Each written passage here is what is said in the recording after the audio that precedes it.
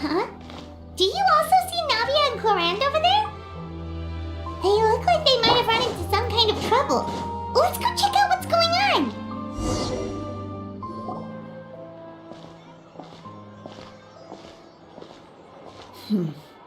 Still no dice?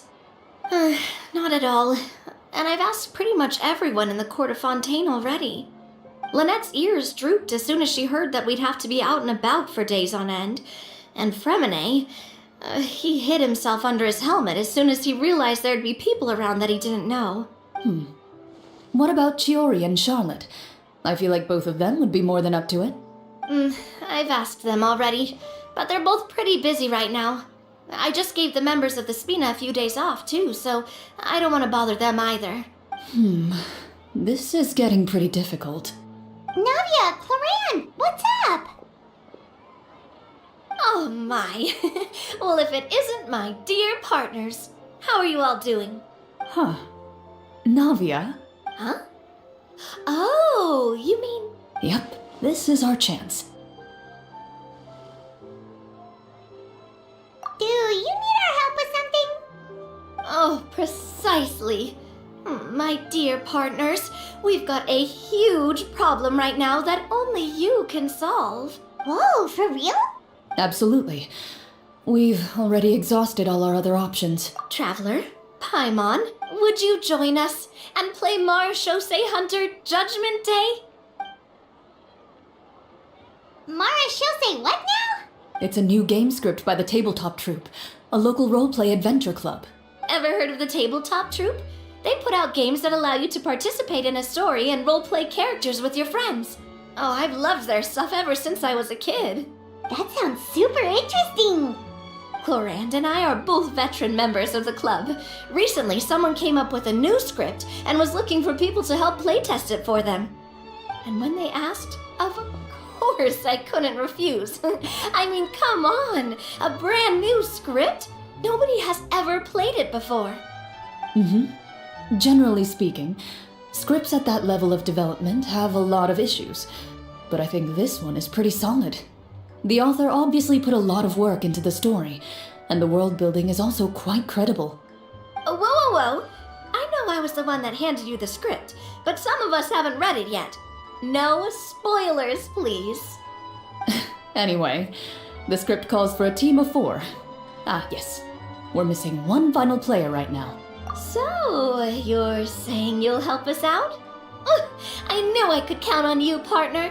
Paimon and the Traveler are kind of a package deal. Is that okay? That's not a problem. I'll adjust the pace based on the actual number of players and ensure that everyone has a good time. Well, Traveler, what do you think? Wanna play? Paimon will follow your lead. Well, that solves our problem. You have our thanks. Woohoo! I'll go grab the script manager from the club right away. The script manager? Didn't you just say that you gave Clorand the script? The club introduced a completely new kind of gameplay for the script. In this iteration, the Game Master's version of the script is incomplete. The script manager provides the next part of the script only after players have completed the current list of objectives. On top of that, in order to increase player immersion, the club has created some of the story's sets and scenes in real life. We'll only know where we should go once the script manager reveals the starting location. Wow, you're right. Whoever wrote this script really did put in a lot of work. And it's got a real healthy amount of suspense, right? I mean, even the GM doesn't know how the story will end. I look forward to experiencing it with you all. Why don't you go meet up with the others first? They should all be waiting at Chioria Boutique. I'll come over with the script manager as soon as I find them. Sounds good. Remember to always watch where you're going, and don't rush. You say that like I'm 6 years old or something. Let me think. What kind of character should I play this time? I just hope you'll pick up some useful skills this time. Oh, and stop trying to persuade every animal you come across.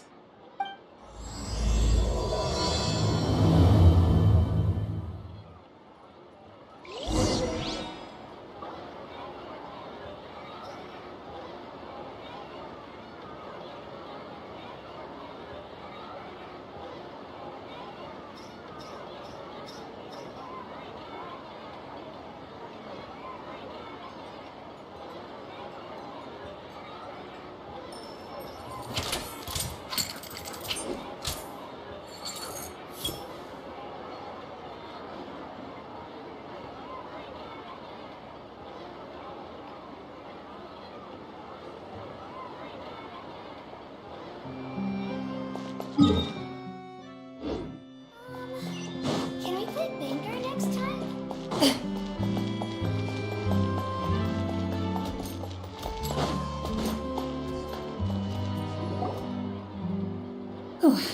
Sorry to keep you waiting. You're back! Huh? And you've got the Traveler and Paimon with you too! What a pleasant surprise. I assume you'll be joining us for the game then? Linny, Farina! Paimon didn't know you were playing too! Are you also members of the tabletop troupe?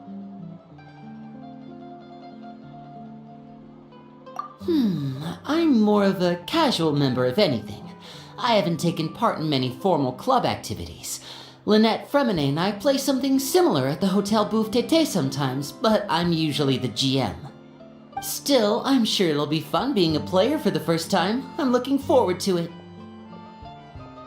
Well, I'm not a member of the club at all.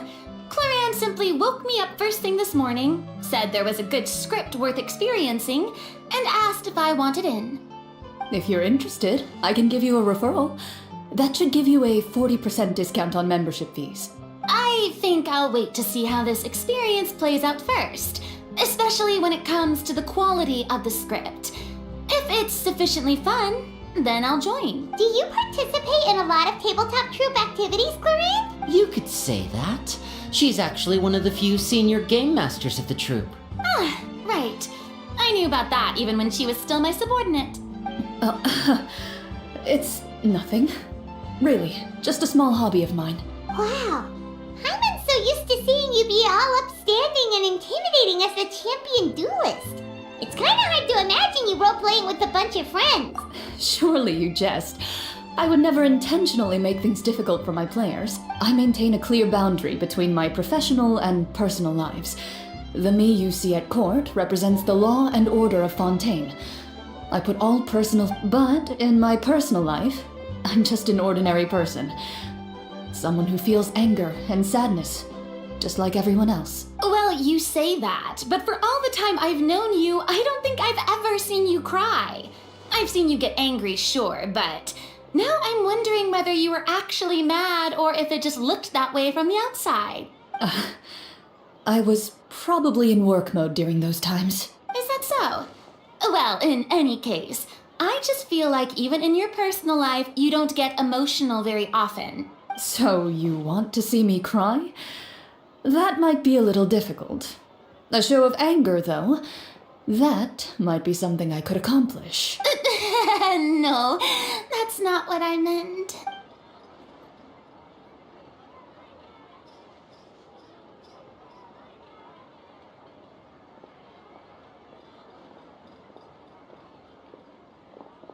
Ah, I'm back! Here, allow me to introduce you to the script manager, Mr. Florian. Pleasure to meet you all. Hello. Wait, are you a champion duelist too, Mr. Florian? Oh, no. This is just the costume provided by the club. I occasionally play a few of the roles in my scripts. That sounds like a lot of work. It's nothing. It's the least we can do to give the players a more immersive experience. Anyway, allow me to give you a brief introduction of the script. This script was adapted from the real history of the Marechaussee Hunters. You all will play the role of hunters from a bygone era and resolve a series of events unfolding in the capital. Paimon's not super familiar with the history of the Marechaussee Hunters. Oh, no problem at all. I can give you a brief rundown. So, basically, Marechaussee Hunters were people their story can be traced back to the ancient Remurian dynasty, as well as the first hunter, Cassiodor. But I'll leave the finer details for you to seek out and discover later. And I'll provide additional commentary as the story progresses. In that case, brave hunters, are you ready to set out on an unknown adventure? Oh, just one sentence and it's like we're in the story already. Aha, I see many a determined gaze before me. Very well, head over to this location and begin your heroic journey. So, as we follow the story, it leads us to specific scenes? Ooh, sounds pretty innovative. What does the message in the envelope say? It's the exact location of the scene, as well as the formal permission to use the venue. Seems like they have everything prepared. Please check all your belongings, everyone, and make sure you haven't forgotten anything. Once you're ready, Please follow me to the designated location. Sounds good. Hunter Squad, move out!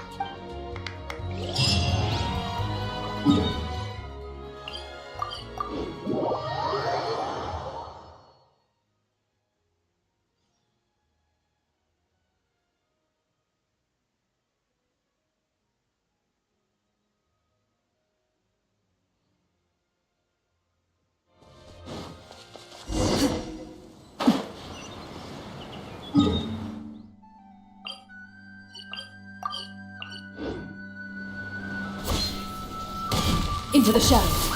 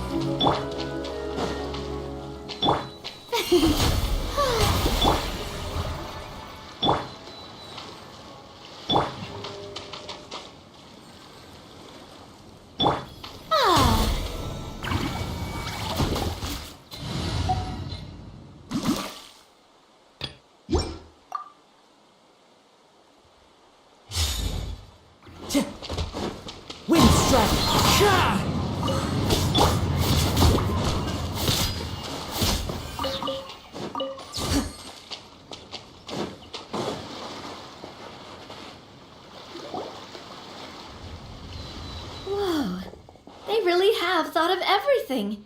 Even the Fatometer is here and ready to go for us. The Fatometer. It's a card that's used to determine action success or failure. We'll need to use it when we try to use certain skills. And what about all the dessert and tea? Is that for us as well? That's what the message said. Oh, really? That's so nice. Those snacks have Paimon's name written all over them! I think you might be more of a snack hunter than a Marashose hunter, Paimon. Snack Hunter Paimon reported for duty! If there are delicious snacks to be found, Paimon will track down every last... The desserts are great. But I'm... Very fair. Then, let us begin. First, please pick up the blank character cards in front of you and write down your name and profession. You can find an abbreviated version of the rules printed on the back of your character card. If you have any questions, feel free to ask me. In this story, everyone is a Marashose hunter. To reflect this, the club has prepared a small badge for everyone. Ooh, nice! As hunters, you have proficiency in swordsmanship and fighting by default, so there's no need to allocate any additional skill points to those areas. Swordsmanship? So there's a fighting part to all this? Paimon's not sure she can do all that on her own. Maybe Paimon can just stick with you? Why don't you share a character card then? The Traveler will be the Marashose hunter, and you can be her little floating assistant. Kinda like in real life. So, for the name, do I fill it out with the name of my character? Yep. It can be any name you like. You can use your real name too if you want. I do that whenever I get too lazy to think of a new name. Oh, so it would be like experiencing a different life, but still as yourself. That's not a... In that case, I think I'll continue to use the name Linny then. Next up is the skill sheet. You have a limited amount of skill points that you can use to learn a number of skills. The more points you invest in a particular skill, the easier it will be to pass associated checks. I'll take persuasion and investigation. Those are must-haves when it comes to missions like these. Oh, those skills sound like they'd be useful for gathering intelligence! Good idea, Navia! Just as expected of a veteran player. So, should we also take those... Not necessarily. Since we're working together as a team, we could leave the negotiate. For example, I think I'll take stealth and sleight of hand. That will give us more Oh, interesting. I wasn't thinking about it like that. I suppose... Let me see. I'll take arts and performance. I'm not quite sure what use they'll be. Well, that leaves us. What do you want to learn, Traveler? Oh, something that'll help you get a read on other people's thoughts. Sounds Gotta say, this suits you really well. So what do you think? Are you sure you want to learn these 2 skills? Let's see. Oh, looks like you each have enough points to choose one final skill. You've all picked such classic skills. It's fine to go a little bit out of the box, you know. Why do I get the feeling she's getting ready to cause trouble? For example, this one here. Summon. Doesn't it sound super mysterious and cool? Oh, I saw that one just now as well. The description says, this skill... The script's world-building rules, huh? But how are we supposed to know what a Marashose hunter can summon? Oh, that's not for us to worry about, my friend. Just learn the skills that interest you, and the GM will take care of the rest. Alright, you've convinced Paimon. Let's learn summon then. Paimon can't wait to see what kind of thing shows up. Well, now that everyone's more or less finished creating their characters, we can begin. Since 2 of our players are doing this for the first time, though, let me ask. Would you like to play on easy mode or authentic mode? What's the difference between the 2? Well, in role-playing games, the story sometimes changes based on the decisions of the players and the results of the Fatometer. For example, if you fail a check, that means you cannot use the target skill in that scenario. A critical failure may even result in further negative consequences. If you choose to play in authentic mode, every time you elect to use a skill, you'll need to use the Fatometer to see whether you succeed or fail, and face any consequences that may follow. If you choose easy mode instead, every check will be successful by default, and you won't have to worry about luck playing a factor.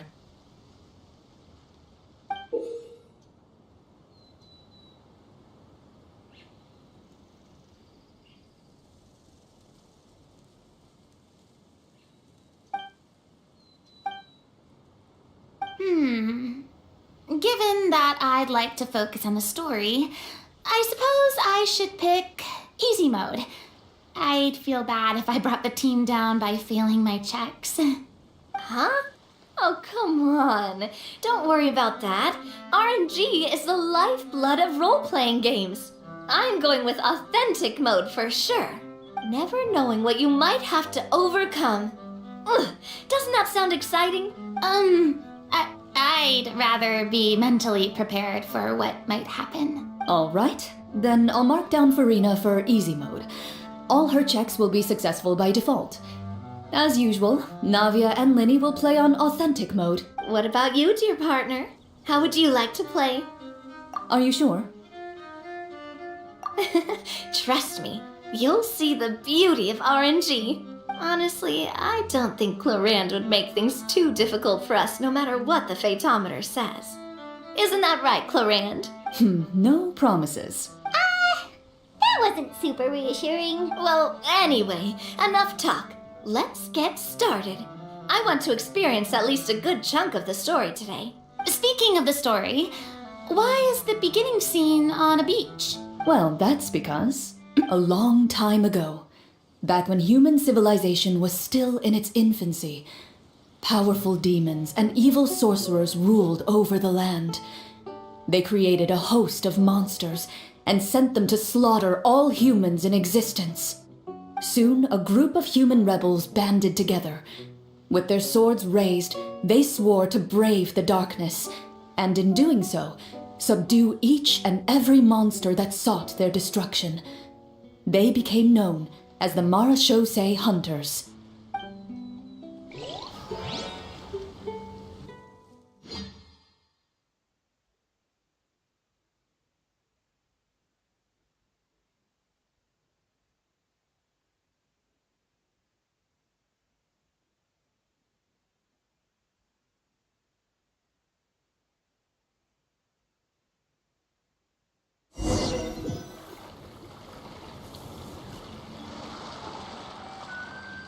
Sometime later, as a member of the Marashose Hunters, you receive a commission.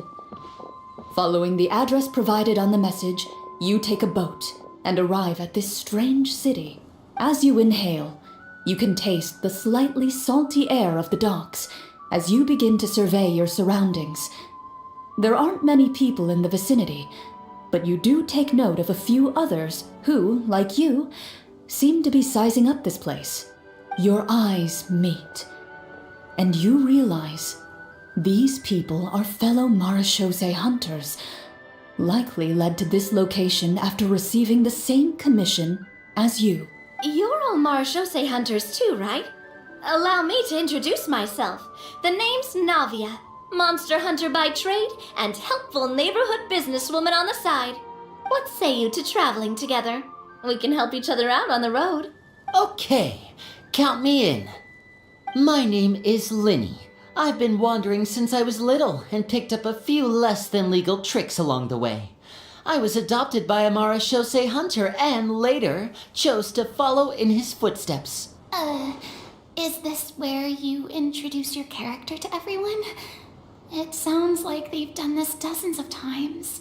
My name is Farina, and, I grew up in a noble family.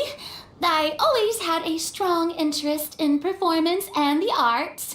Even though I'm a marechaussee hunter, what I really want is to be a performing artiste. Hey, that's really cool. You can do it, Farina. That's exactly how it's done. Paimon is Paimon, a good friend and companion to this marechaussee hunter right here. I've been studying the culinary arts since I was a child. I hope my delicious food can help boost people's spirits. That's wonderful. I'll be looking forward to your cooking during our adventures together. Well, if we're all here for the same commission, why don't we take some time to confirm what we need to do? You open your envelopes at the same time. The message reads, "To the honorable and trustworthy marechaussee hunters, our kingdom is currently facing a grave crisis. The lands outside the capital have been overtaken by monsters, and our people are being led astray by forces of wickedness. We beseech you, please help us resolve this crisis and return peace and stability to our home." Huh. The layout of this city looks super familiar. It kind of reminds Paimon of Mondstadt. The scriptwriter must have used a real-world city as a reference when coming up with the map. As experienced hunters, the layout of the city reminds you of places once traveled. You recall the sight of tree-lined streets and the gentle tranquility of days gone by. Yet, as you regard the city in front of you, it appears to be little more than an empty shell. Its hollow gates are open to you, beckoning you to come forth and bring salvation back to the town. I carefully read every line of the letter and turn my attention to the signatures at the bottom. Who issued this commission to us? You see a long string of unfamiliar names. It would seem that many of the residents of the city issued this commission together. They sensed that things were not right within the kingdom and sent a distress signal to the outside world. In that case, why don't we take a walk around the city and see if we can learn anything from the local residents? Oh, good idea. We might be able to get some leads on the monsters and bad guys we're after. You look up and see a tavern nearby. It appears to be open for the day. Why don't we go check out that tavern? If the novels I've read are anything to go by, taverns are usually full of information.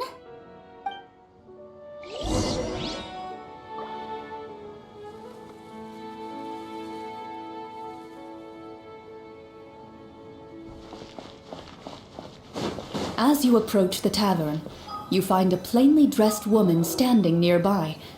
She appears to be rather troubled about something.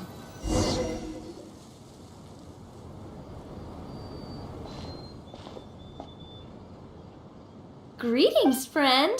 Lovely weather we're having today, don't you think? Oh, hello. I suppose you're right. The weather today is quite lovely. If only those monsters out there would stop causing trouble. It seems like every character included in the script has a certain amount of useful information to offer. If we keep asking questions, we might be able to get some good leads. Oh, come now, don't be sad. Life is all about optimism. Oh, that reminds me. What did you have for breakfast this morning? Huh? I don't think that's the kind of question we're supposed to ask. Nothing turns a frown upside down like good food. How about some macarons? I could make you some. You didn't even take cooking as one of your skill proficiencies. That's not necessary, miss. Excuse me for saying this, but you don't really look like a chef. Besides, I'm not really a fan of sweets. So you're someone who barely smiles and doesn't like sweets. You're really starting to remind me of this one friend of mine. Hey, did she just, me? Clorian must have broke character for a second. This isn't getting us anywhere. Traveler, maybe you can think of something.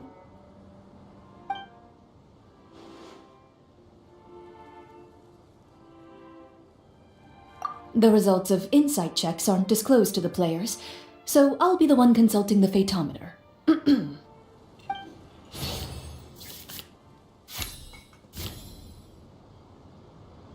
You recall all the lessons you've learned in your time and begin to carefully observe the woman's mannerisms.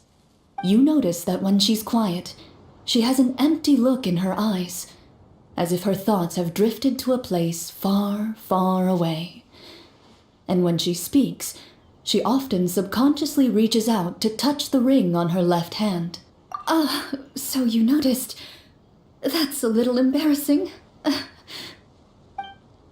A horde of monsters suddenly appeared near the capital recently, so all the guards were dispatched to fight them. Do you remember when those monsters appeared? I'm not completely sure. All I know is that my husband was dispatched to fight them 3 days ago. Do you know where he was sent? It all happened so fast. When we said our goodbyes, he couldn't even tell me where they were sending him. You have our thanks, friend. We'll find and defeat those monsters as soon as possible. We sincerely hope your husband will be able to return to your side soon. Thank you. Don't worry. We'll find him. Just try to remain optimistic and wait for good news. We don't always get to choose what happens to us. But we do get to choose the little things like what we eat and how we respond to the things life throws our way. I hope that one day you too will recognize the power of something as small and inconsequential as a delicious dessert. I'll do my best. You bid farewell to the woman and continue your journey further into the city.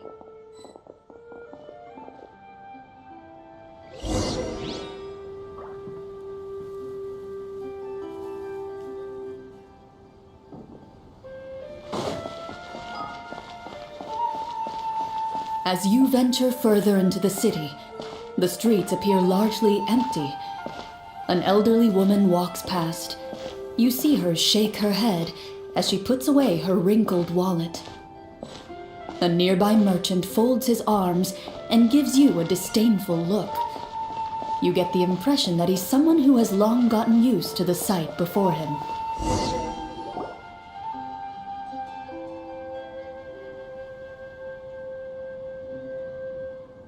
Although he doesn't seem very friendly, merchants are usually a good source of information, right? Pardon me, sir. I'd like to ask a question if I may. That depends. How much are you willing to pay? How about this much? What do you take me for? Some lowly beggar? You can't even buy half an onion with that amount. Surely an onion can't be that expensive, right? What do you know? War's nearly upon us. Everything costs several times what it did before. If you're not gonna buy anything, then scram. Whoa, what a nasty guy. Maybe we shouldn't even bother talking to him. But he still might have information we need.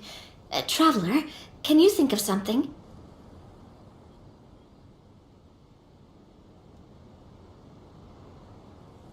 Sir, we came to this city to solve the very problem you seem to be referring to. The war you mentioned, would it happen to be against the monsters outside the city? If you happen to be well informed and know a thing or two about what's going on, we'd appreciate it if you could share that information with us. After all, the sooner this problem gets resolved, the easier it will be for you to do your business.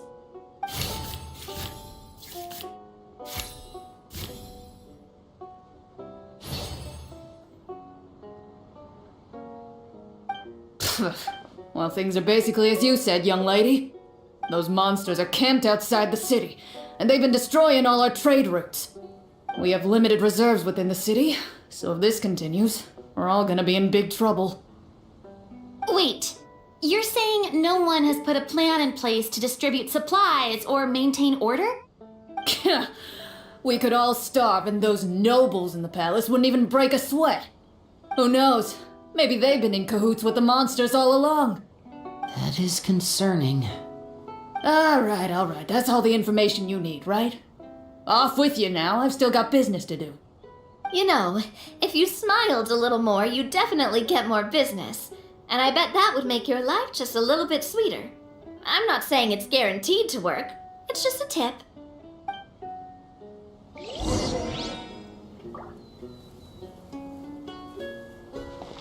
Should we try to go somewhere with more people? Oh, how about the city square? Follow me. Before you lies the city's central square. You see a man with a slightly anxious look on his face, pacing back and forth, his head hanging low. He doesn't seem to notice your approach. Still immersed in his own thoughts, he shakes his head and lets out a long sigh. This guy seems promising enough. Maybe I can get some information out of him. Hello, sir. Is there anything I can do to help you? Wait, you're... I'm... Oh, dear goodness! You're a Marashose hunter! You recognize us? Are you one of the people who wrote the commission letter? Yes! Oh, I didn't expect you to actually come! Oh, what great news! The city is saved! What happened here? Alas, we once lived comfortable, carefree lives. This city used to be free of monsters. The first Marashose hunter, Casiodor, the Golden Hunter, he was the one who drove them back. However, monsters have once again surrounded the city. Perhaps the seal that kept them at bay has lost its power. Or perhaps an evil sorcerer has been meddling in our affairs. All I know for sure is that their return has stripped this city of any chance at peace. Are there not enough soldiers to drive them out? It's not a question of numbers. The guards simply have no idea how to deal with them. Most people my age have never even seen one of the monsters, much less been trained to fight against them. What's worse, many of us don't even know the history of the Marashose hunters anymore. When I was a child, though, my grandfather would tell me stories about how the Marashose hunters drove back the monsters. So, on the off chance that something might come of it, I decided to reach out to you. To be perfectly honest, I was starting to think all those stories were just tall tales. But now that I've seen you in person, I finally know that it was true! Well, you can rest easy, friend. The righteous and formidable Marashose hunters are on the case. The man is touched by your determination and resolve. His eyes begin to well with tears of relief. Still, if we are going to hunt the monsters, we need to know where to find them. Can you give us any leads? All I know is that the area outside the city is dangerous. I'm afraid I can't point you toward a specific location. Oh, although, if you leave the capital through the main gate and follow the road, you should run into a group of guards. They might know more about where to find the monsters. I see. We'll go look for them then. All right, be careful. Oh, and one last thing. The monsters outside the city are just part of the problem. There are evil sorcerers inside the city as well, so be on your guard. They're actively working with the monsters and have corrupted the court ministers with malicious magic. They're the reason why, even inside the city, everything has been a giant mess. Even one of our kindest ministers has turned into a boorish and unreasonable figure, interested in nothing but enacting laws that exploit the people. Who knows how much longer we'll be able to go on like this. Talk about being stuck between a rock and a hard place. I feel bad for him. Maybe we should try to cheer him up? Huh? Like, now? Is this really the right time? I appreciate your kindness, but for now, it's more important to focus on the crisis at hand. Brave hunters, I leave the future of this kingdom to you.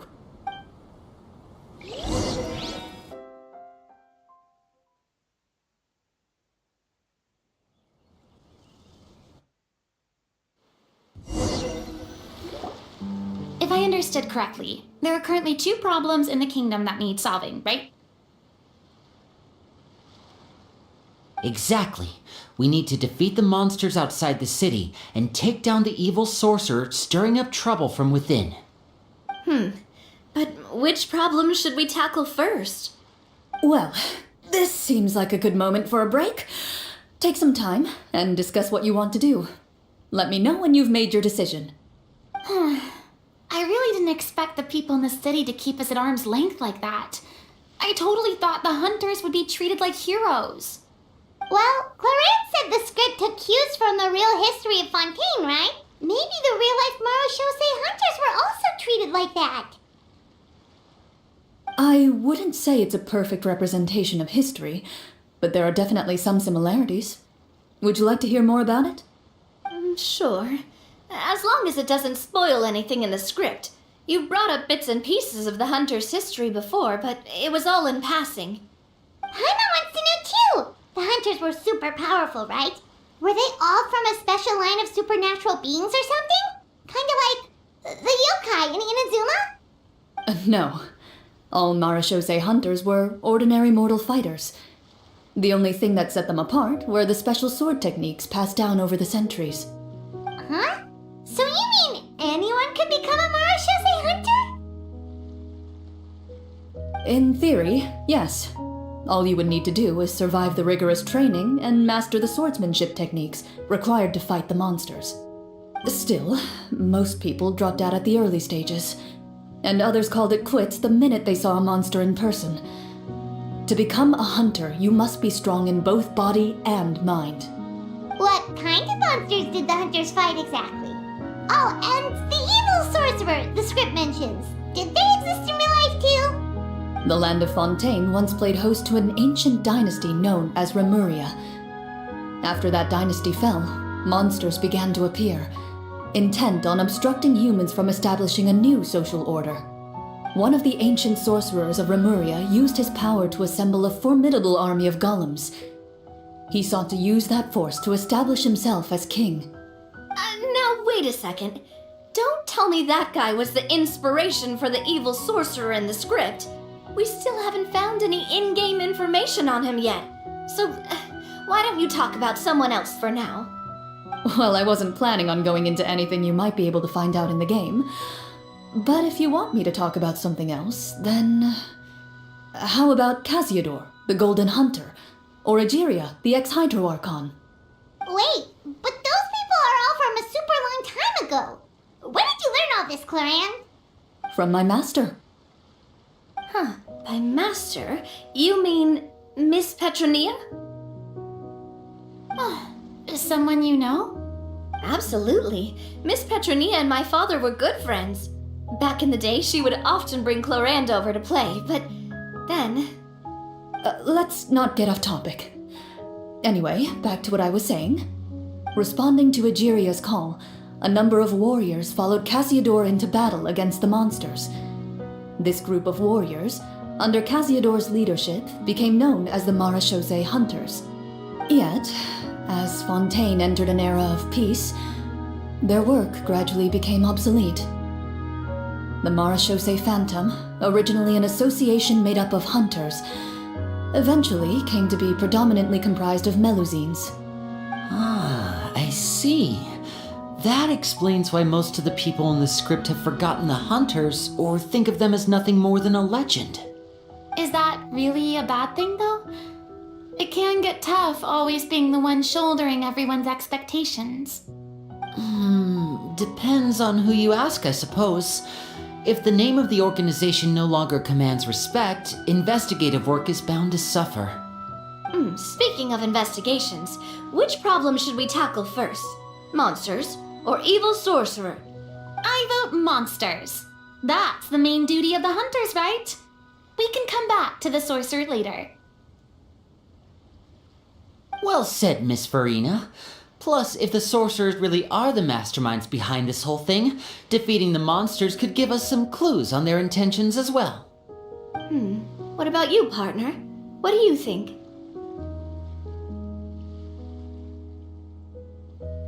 It's decided then. All right.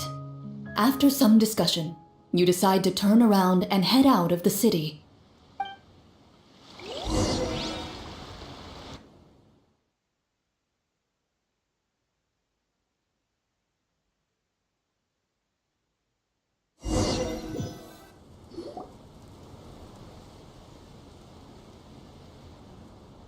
Let's take a look around, like that guy said.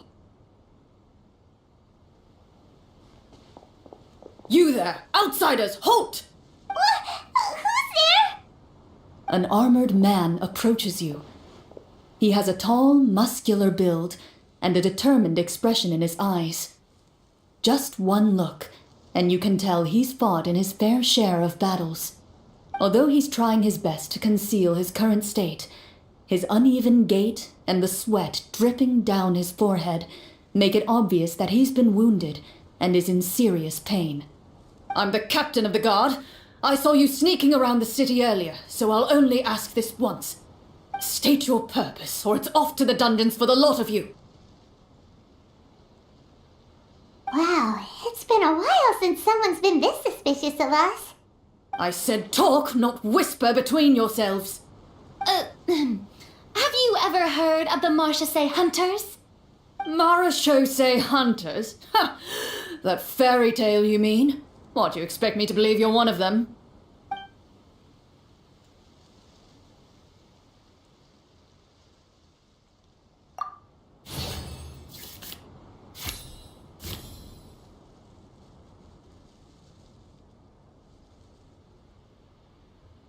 While everyone is talking, you begin to carefully observe the captain's mannerisms. Every so often, you see him glance toward a particular direction, with a pained expression on his face, as if an invisible thread is tying him to an unknown place. As you follow his gaze, you vaguely recall that the location he seems fixated on is known for its difficult terrain. Any battle that breaks out in a place like that is likely to be prolonged and devastating. Wait, is that where the monsters are? Outside the forest, in the area with the difficult terrain? The captain is taken aback by your sudden question. Still, his shock only lends credence to your theory. You're looking to fight the monsters? Well, we're Marechaussee hunters after all. You could say that's basically our job. He shakes his head and continues to regard you with skepticism. In the end, he decides to inform you of the locations where the monsters have appeared. Those monsters aren't easy to deal with, but if you insist on going, I won't stop you either. I just hope all the guards will be able to come back to their families alive. I wish you the best of luck.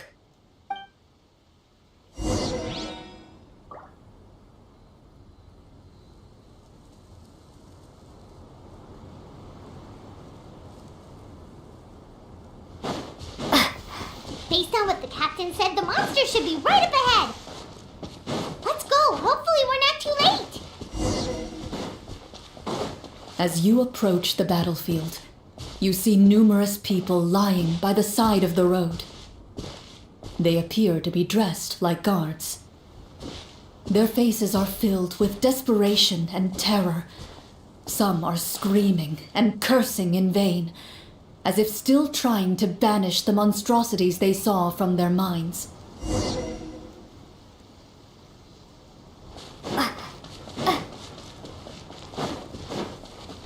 A few of the wounded look up at you in shock and disbelief. "Quick, leave this place. Turn around and don't look back," they yell.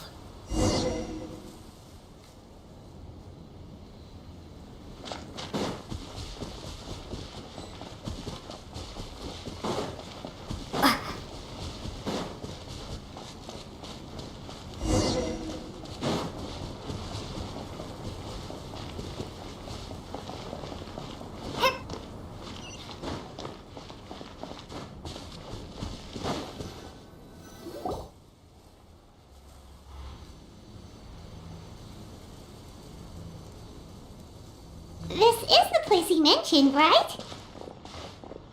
You see broken iron swords scattered all around you, and downed trees riddled with terrifying claw marks.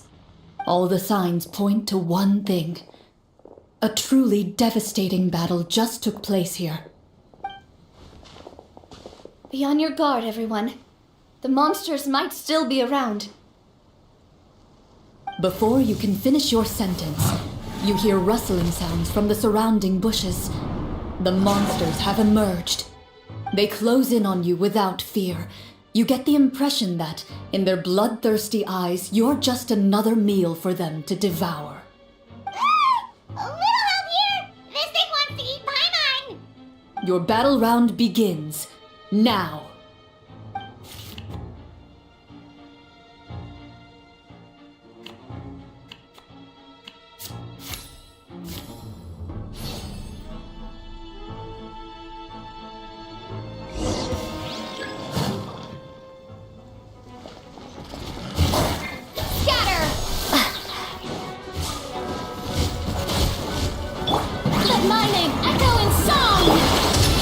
Comes the finale. A proper send-off from the Spino with love. The next battle round begins now.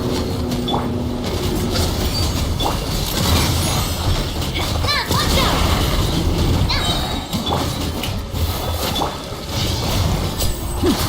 And voila! The monsters let out a terrifying roar of anger and resentment before dissipating into thin air. Oh, thank goodness it's over. We're lucky the Marashose Hunter class came with all those preset skill points. Otherwise, we would have been in some real trouble. I never knew the Fatometer even determines the amount of damage you inflict. If you get unlucky, isn't it just game over right then and there? That's part of the fun. The uncertainty of fate is what gives these games their appeal. Just as you begin to celebrate your victory, a suspicious lump on the ground catches your attention. A suspicious lump? Wait, could it be the thing that appears after every battle? I walk up to it, crouch down, and begin to carefully examine it. I've still got my right glove on, so it should be fine for me to touch it, right? As you investigate the mound, you discover that the exposed portion appears to be made of wood. It was previously obscured by the large form of the monsters. With the monsters gone, the small protrusion now awaits your discovery, poking out of the ground like a shy flower bud. Whoa, it's a treasure chest!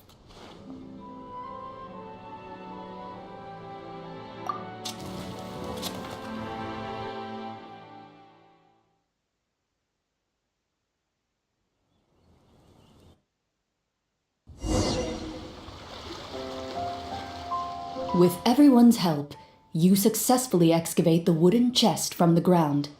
Even without opening it, you can tell from the mora and jewels scattered around the chest that it must contain quite the fortune. Makes sense. We worked hard for this. Let's open it and we can share what's inside. I can understand your excitement, Paimon, but think about it. Doesn't it seem like there are people out there who need this treasure more than us? Yeah. Think about all the people suffering in the capital, or all those guards who got hurt fighting the monsters. Wouldn't it be better if we gave the treasure to them? Wait, is that how it works? Paimon thought since we were the ones to dig it up, we could just take it for ourselves. Well, let's put it this way. Any decision you make during a role-playing game can impact the future course of the story. But would the people really believe us? It's hard enough for us to prove we're Marcia Say hunters. What if they think we procured the treasure illegally? They might get even more suspicious of us. That's definitely something we should consider. Maybe we can come up with an explanation in advance. Well, if donating it could cause that much trouble, why don't we use it to buy some gear and fill up on good food? Then we'll be ready to fight even more bad guys. Looks like you're facing a difficult choice once again. Well, it's getting late. Why don't we call it a day for now? Wow, where did the time go? I'm not sure if it's because I'm having so much fun with you all or because the story is particularly enticing, but I feel like I could almost keep going. Here, here. Ooh, how about we play through the night? I'm not sure I'll have enough energy for that. Yeah, that won't work for me either. Lynette will give me an earful if I get home too late. I understand how you feel, Navia, but we have to change venues for the next part of the story anyway. Huh? Another location? There's a special note for the GM at the end of this section that says to proceed to an indoor set for the next part of the script. Whoa, they really pulled out all the stops for this new script. Well, even if we end the game for the day, we can still stay a little longer and hear Cloran finish her story, right? Paimon wants to hear more about the history of the hunters. Something tells me you just want to finish the free desserts before we break for the day. That's just a coincidence, okay? Besides, the Paimon not finishing free food feels even worse than having to buy her own. And anyway, Paimon really does want to hear more about Cloran's master. Well...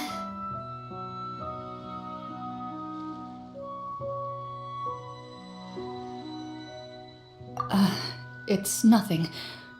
I appreciate the concern, but it's all in the past. It won't do any harm to share these things now.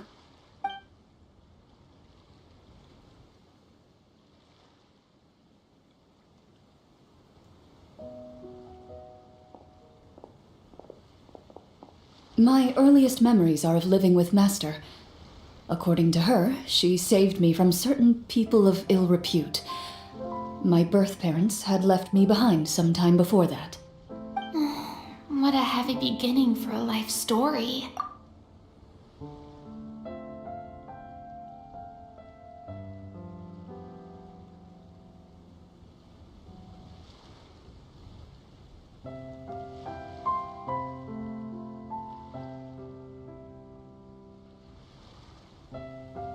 Master was a fascinating individual, if inexperienced in the ways of raising children.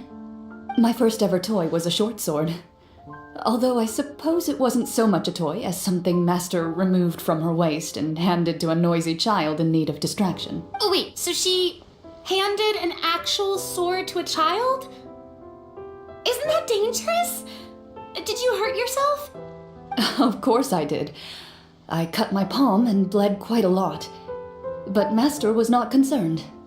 She just stood there and casually lectured me about it. "See, that's what you get for not holding the sword properly," she told me.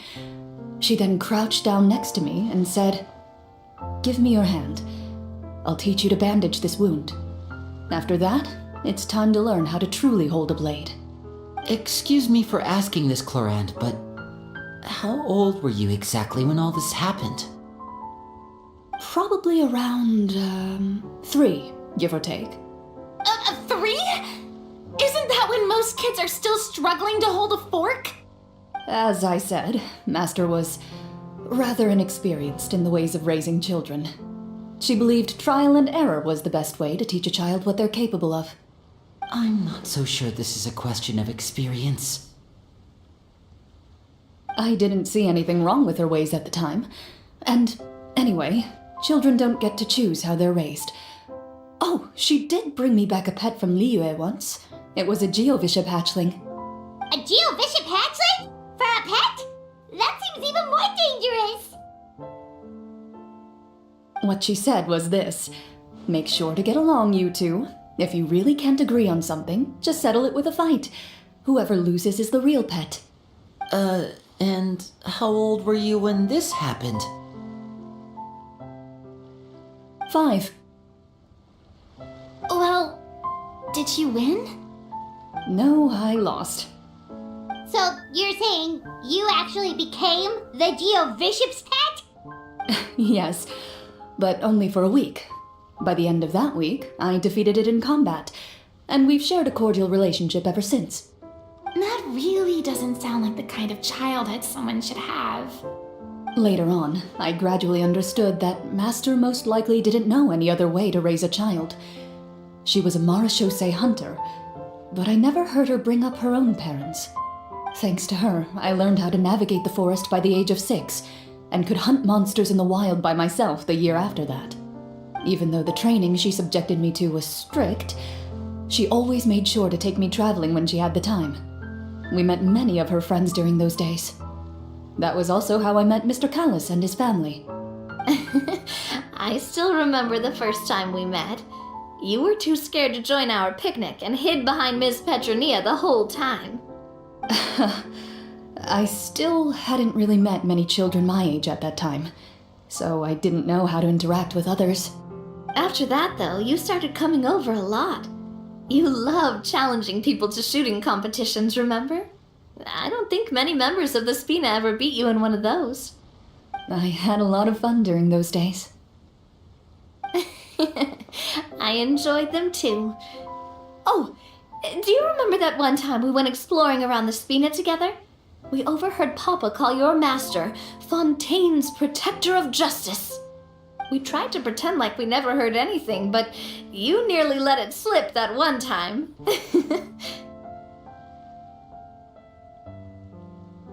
Protector of Justice. Oh, wait, you mean that vigilante hero from 20 years ago? The one who was always active at night? Yep, that would be her. She often would put on a black cloak and go out at night. I never knew where she went or what she was doing. Until, like Navia said, we overheard the truth from Mr. Callis that night.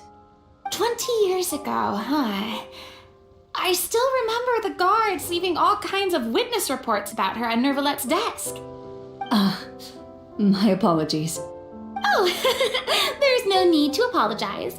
You had nothing to do with it. And anyway, everything she did was for a good cause. Although, calling herself the Protector of Order was a bit much. Especially when she deliberately operated outside the law. Huh? When did the Protector of Justice become the Protector of Order? Oh, she had a bunch of code names. I heard she would just come up with a name on the spot whenever she was asked. Later on, she probably got sick of answering those questions and decided to stick to just 2. The Protector of Justice and the Protector of Order. That sounds like her, all right. I bet she forgot which of the two she'd use by the time she got back each night. Well, she certainly sounds like a fascinating individual. With her strong sense of justice, it's no surprise her student followed in her footsteps. It's true. I always wanted to become like her. Someone powerful, independent, and with a strong sense of conviction. But...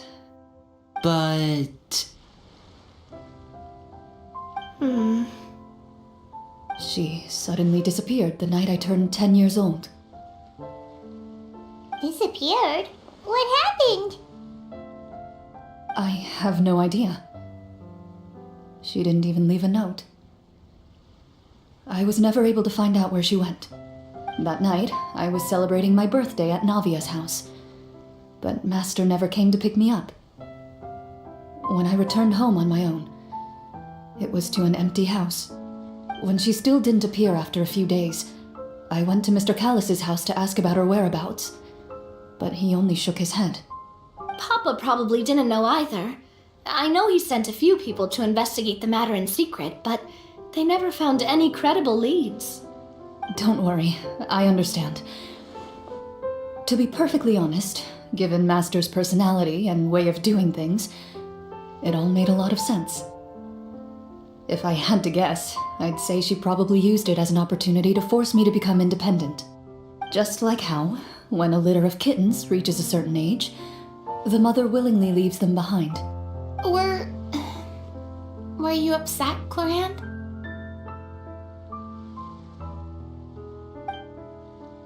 I was at first, but not anymore. I don't believe Master would suddenly disappear for no reason. There must have been something she just had to do. Well, despite everything, you still managed to follow in her footsteps and become the greatest champion duelist in all of Fontaine. You're practically a living symbol of law and justice. I suspect my position would be far too by the books for her. Master always did whatever she pleased. But you're right. I suppose I do take after her in some ways. Who knew Clorinde had such an interesting past? I never had the chance to ask her about it before. And I wonder if Clorinde's master were the champion duelist back then, would that duel against Mr. Callis have gone differently? Oh no. Judging by the atmosphere, Clorinde and Navia are probably thinking something similar. The mood just got super awkward all of a sudden. Well, anyway. Would you look at the time? It's getting dark, so we should probably call it a day for real this time. If we keep talking like this, we really will be here all night. I had a great time today, Miss Clorinde. Thank you for being our GM. Anytime. The script was good, but I got to say, your childhood stories were even better. Hey, you should tell us more about that fight against the Geo-Bishop sometime. Maybe your master was onto something. You could be right. What does she mean, onto something? I certainly don't know any 5-year-olds who want to fight a bishop in their spare time. Guess I'll head back as well. I need to save my energy if I want to continue enjoying the story tomorrow. You're that excited to hear about my fight with the bishop? I was talking about the script.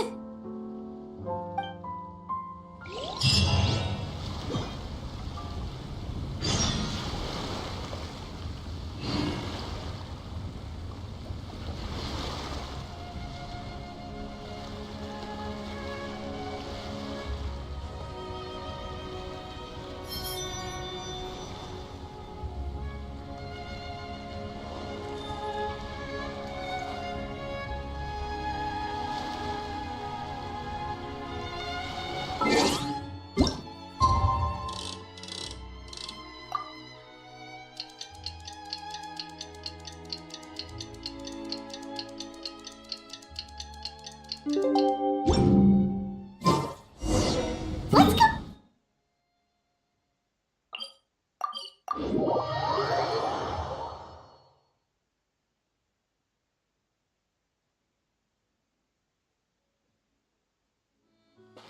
Time to go. Time to go.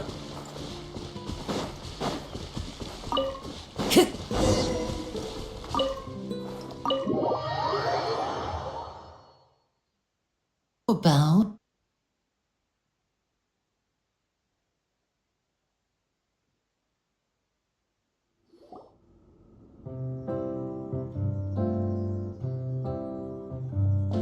Looks like everyone's here. Now, before we begin, why don't we finish where we left off yesterday? There was an important decision to be made, yes? I'll pour everyone a cup of tea. Is that really the most important part, though, Clorinde? Paimon's more concerned about our current surroundings. Heavy walls, cold railings, dim lights. This is obviously supposed to be a prison.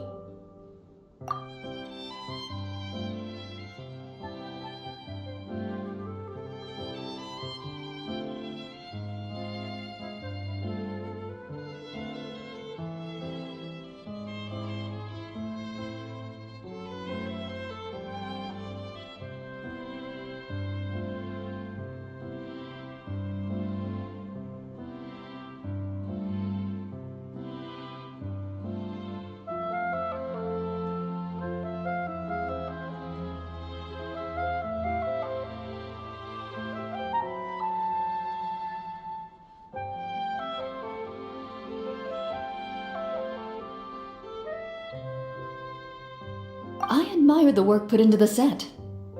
Still, it's obvious the scriptwriter has never paid a visit to the fortress of Meripede. So this set is going to be a part of the script? Unfortunately, that is something I can neither confirm nor deny. Anyone think Cloran's smile is starting to look kinda scary? Well, whatever happens, we'll just have to push on. But first, if we're worried about arousing suspicion because of our identity, why don't we give ourselves a different name, just like Cloran's master did? Yeah, it might be better to keep a low profile. As long as we're helping people, it doesn't matter who we are or... Staring at me won't get you anywhere. Or did you want some more tea? Paimon's good. Thanks. Why aren't you saying anything, Navia? Wait, what's that next to you? Oh, this is the short sword Cloran mentioned last night. I found it. Huh. I'm surprised you managed to track it down after all this time. Well, I made sure to take good care of it, considering the circumstances in which you gave it to me.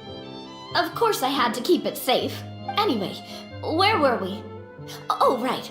I was just thinking about all the potential ways for us to break out of prison. We could dig a tunnel, or try to... Wait, we haven't been thrown into prison yet, have we? Well, it's only a matter of time. It pays to be prepared. Just like how you should all... Alright, Paimon's made up her mind. Let's just give the treasure away. Paimon may have wanted to keep it, but if it's going to land us in prison somehow, Paimon will be too upset to enjoy her snacks. So, you've reached an agreement? All right then, we can continue with the story. Oh, and we'll collect all the scattered pieces of treasure on the ground as well. All right. You collect the treasure and make your way back to the capital with your bag of loot in hand.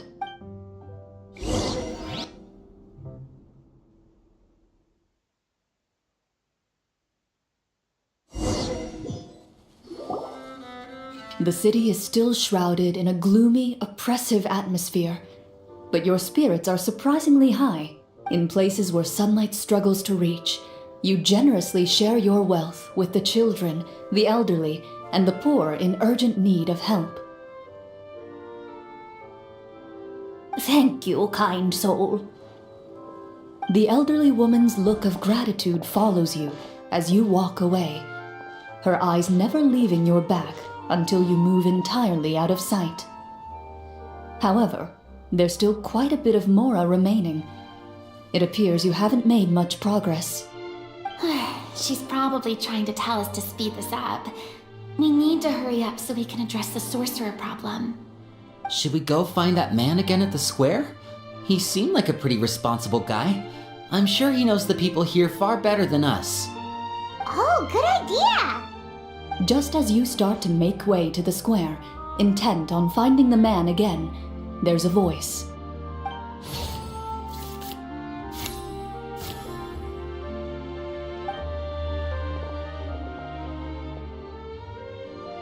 Please wait, distinguished guests. Several strange guards suddenly call out to you. They run forward to meet you and proceed to politely pay their respects. Greetings, gentlemen. Are we being invited for afternoon tea? Surely you jest, my lady. That would not be our place. It is His Excellency the King who requests to meet with you. Please come with us.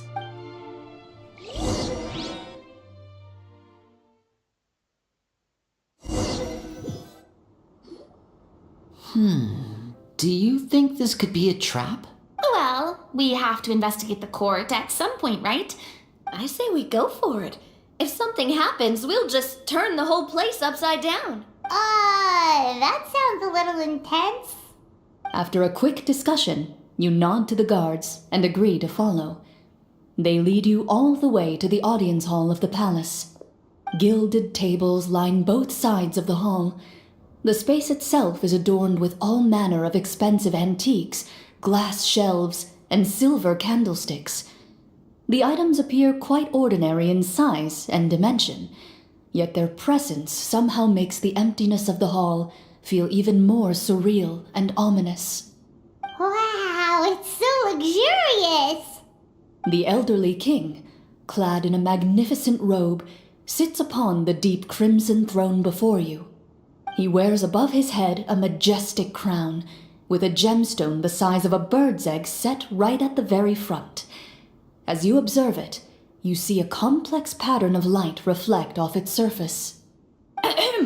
They're here, Your Majesty. A man dressed in dark clothes, likely a minister, shields his mouth with his hands and bends down to whisper a few words to the king. After a moment, he lowers his hands and stands back up. The king does not appear entirely aware of his surroundings. The man by his side. The king remains still and says nothing. The minister is the one who speaks. Esteemed guests, allow me to thank you for coming to our faraway kingdom. Unfortunately, His Majesty the King finds himself quite exhausted from work.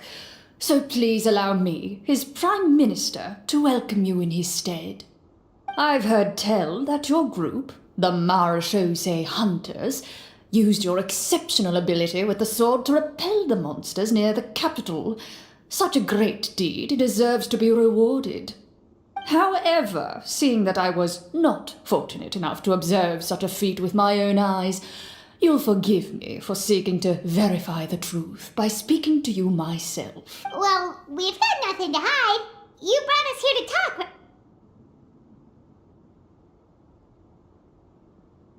The golem's blades were so powerful, they could cut down trees in a single swipe.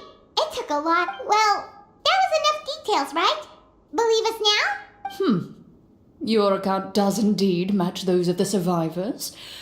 Since you were the ones who defeated the monsters, that must mean you are also... Well, we did take the treasure, but... How did he know about the treasure? Then I must ask that you return it at once. It belongs to the kingdom. Wait, but didn't you just say that our great deed deserved a reward? Shouldn't the treasure be considered a part of that? Yes, that was indeed what I said. But you seem to have forgotten a very important distinction. Only that which is freely given by the king can be considered a reward. Taking the rightful wealth of a kingdom without said permission, on the other hand, is a crime. But that's completely unreasonable. Yeah, that makes no sense! If it weren't for us, the treasure would still be buried underground somewhere! Maybe so, yet the fact remains. You tried to dispose of the treasure without reporting it to the court and without receiving permission, yes? What, no answer? Surely you're not insinuating that you, a group of legendary Marechaussee hunters, sought to take the treasure for yourselves? Well, what about the king? Is he just gonna let this guy talk for him the whole time? Clad in his magnificent robe, the king remains seated, with his hands resting on either side of the throne. His posture is rigid and unmoving. He stares forward with an empty look in his eyes, completely unmoved by the events before him. From the look of things, could the Prime Minister be the evil sorcerer? Or could both the king and the Prime Minister have fallen under the evil sorcerer's control? I would like to observe the number of guards stationed in the hall. The guards in the palace appear fully armed, their expressions solemn.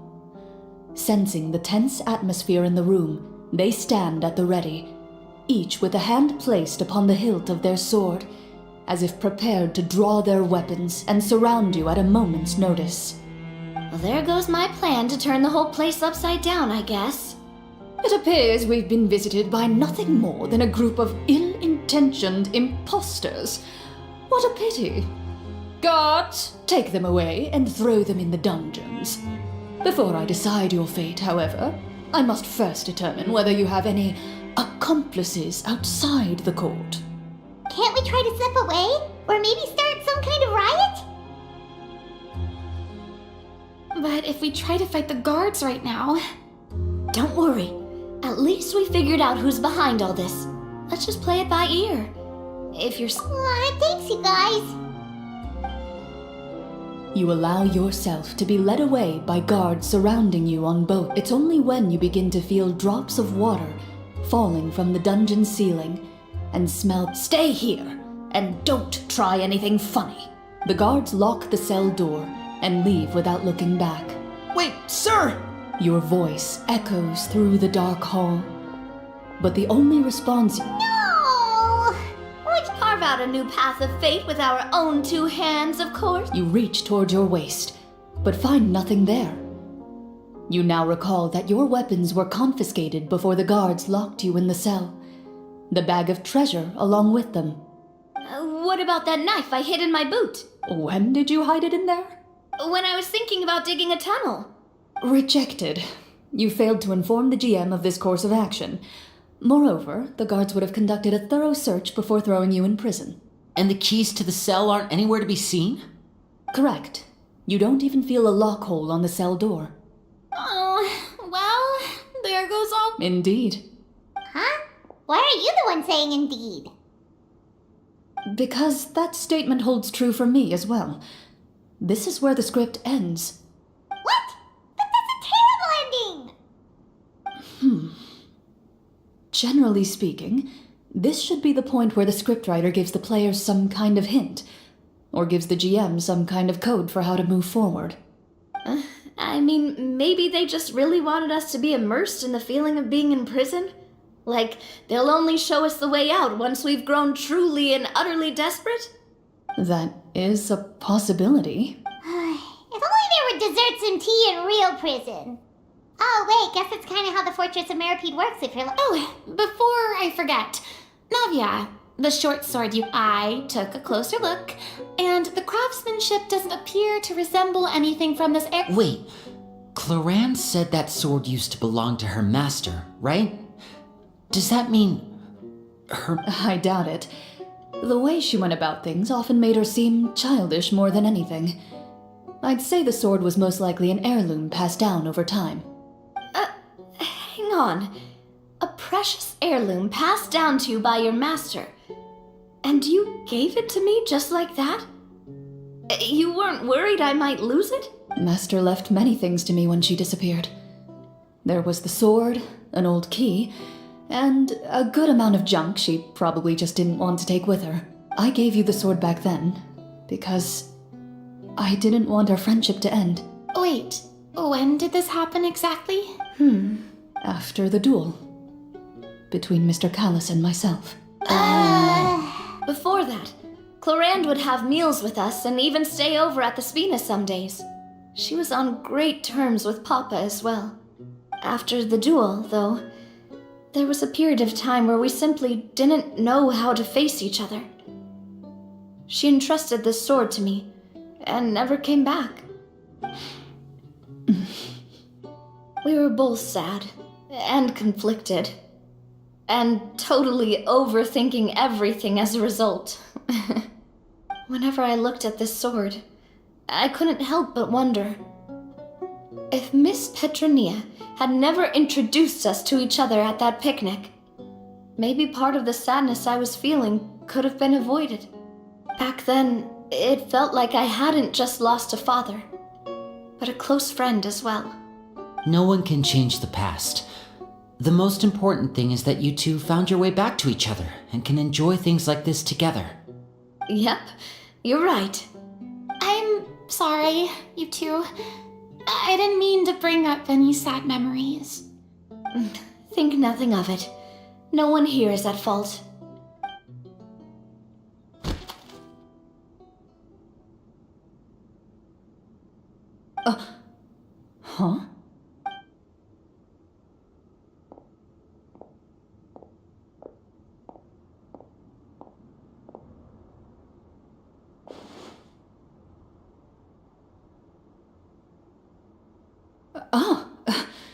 Looks like the next part of our script is here. Perfect timing. The situation was really From Corinne's face, I really can't tell if it's good news or bad news. Water continues to drip from the ceiling. In this lightless dungeon, you lack a reliable way to tell how much time has passed. Eventually, you get used to the unpleasant odor of straw, mold, and rust, and find yourselves alternating between fits of drowsiness and despair. Suddenly, you hear footsteps outside the door. Heads up, everyone. Someone's coming. Gather close, everyone, and keep your voice down.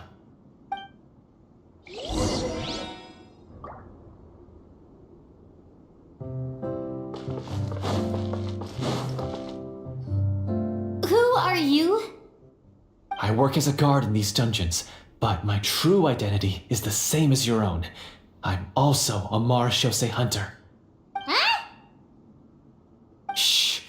I've already sent away the other guards, but if we make too much noise... I understand, but how can we be sure we can trust you? The king has issued a formal decree.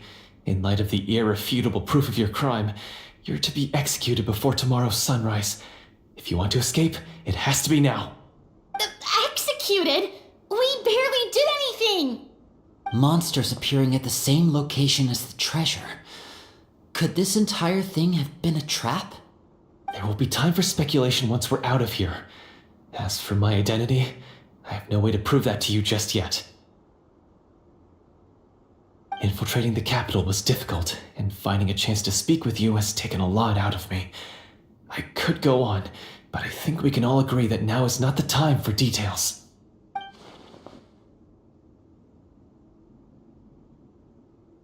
Have you seen our weapons anywhere, sir? Don't worry, I brought them with me. They're just behind the door. Still, these weapons alone won't be enough to defeat the true enemy behind the scenes. His faction is too powerful. The guards are all under his control, and he's even stationed a number of golems in various rooms throughout the palace. To defeat him, you must find a secret vault. It is said that within that vault, the marechaussee hunters of the past left behind a treasure with the power to defeat the sorcerer. You're not coming with us? No, I'll remain in the dungeons to deal with the guards. I'll try my best to distract them so they don't go after you. As long as my identity is not revealed, I'll be able to aid you when the final battle comes. In that case, please stay safe. Thank you for your concern. I will do my utmost. As for the location of the vault, here, this map should lead you there.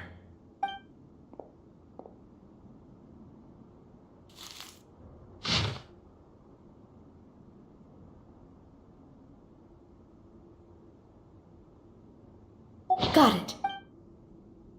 All right, once I open the door, remember to stick close and refrain from making any noise. I'll lead you out of here as quickly as possible. You now have the chance to restore the honor and legacy of the marechaussee hunters. So please, get out there and reclaim what's ours. And be sure to exercise caution. With the help of the guard, you successfully escape the dungeons. Your sense of despair and anxiety both seem to fade as you can...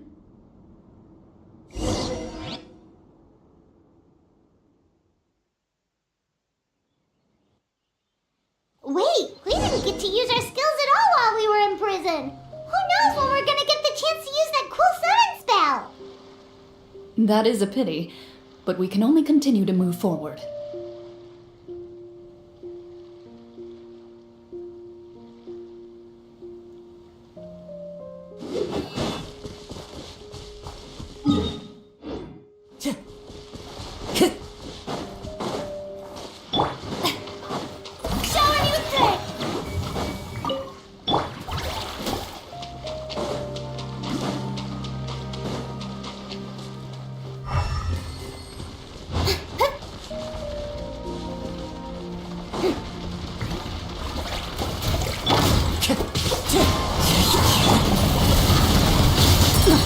The sharpshooter.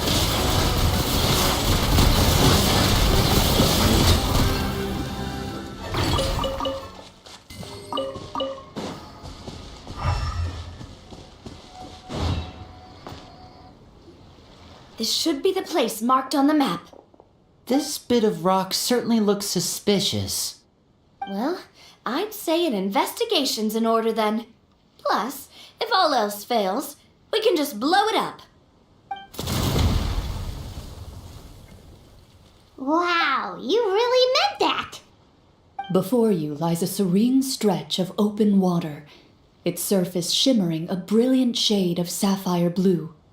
Well, guess this means it's time for a swim!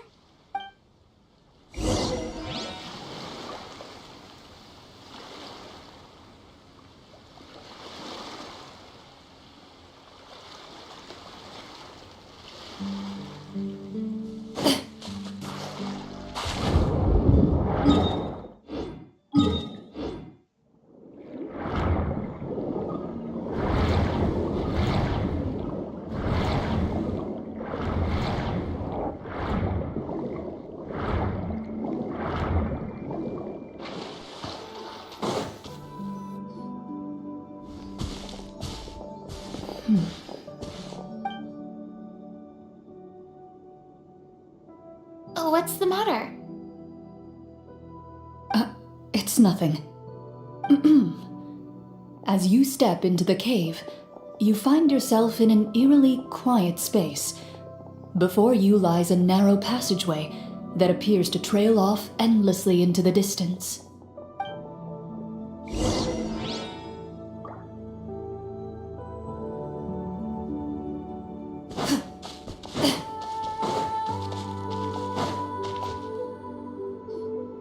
Wow, this must be where the treasure is hidden!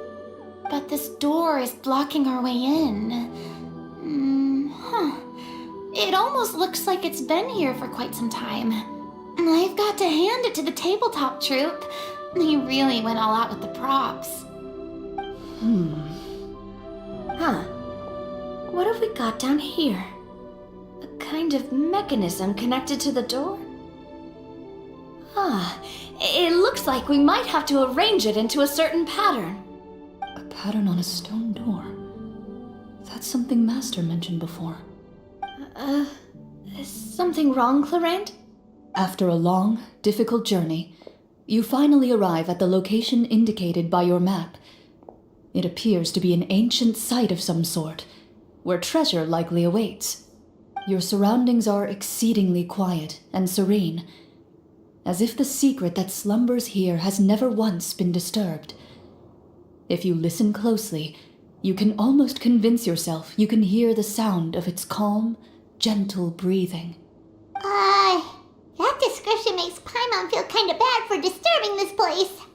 We're doing this for the sake of the people, to free them from the evil sorcerer. I say it's time for this treasure to once again see the light of day. Linny's right. We need to keep going. The future of the kingdom depends on it. The next part of the story requires us to solve the puzzle, right? Let's start exploring the area. Yes, that should be fine. Something feels off about all this. Guess I'll just have to improvise.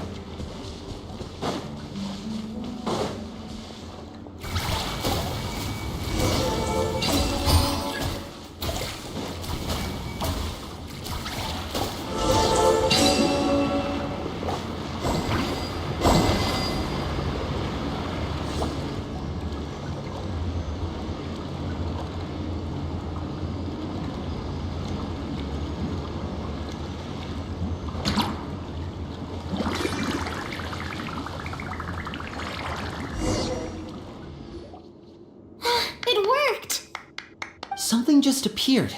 Some kind of new mechanism, maybe? By solving the puzzles, you prove yourselves worthy of inheriting the secrets of the past. At the end of each puzzle, you're rewarded with With? a key. Oh, it must be the key to the big door. This is one of the Marechaussee Hunter keys that are passed down from generation to generation. It looks just like the one Master passed down to me. It is said that 4 keys in total are required to form the final, complete key. And it seems like we just collected 3 of them. That must mean... Huh? What's wrong? You hear a few strange noises. Suddenly, all the torches in the ruin go out at once. Huh? What's going on? Did we fall into another trap? For the sake of immersion, please close your eyes, everyone. Without the torches, the space is now completely dark, and you cannot see anything.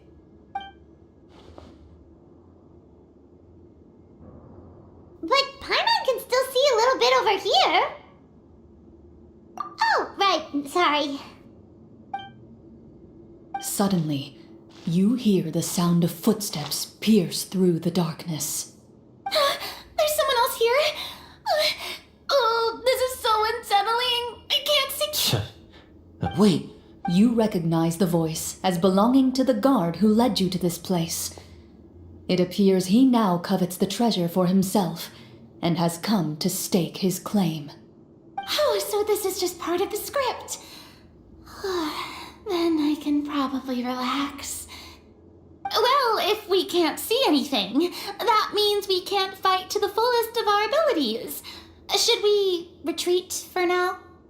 Judging by the way he's holding his sword, he must be a real Marechaussee hunter. But this isn't part of the script. Retreat? That's not the hunter way.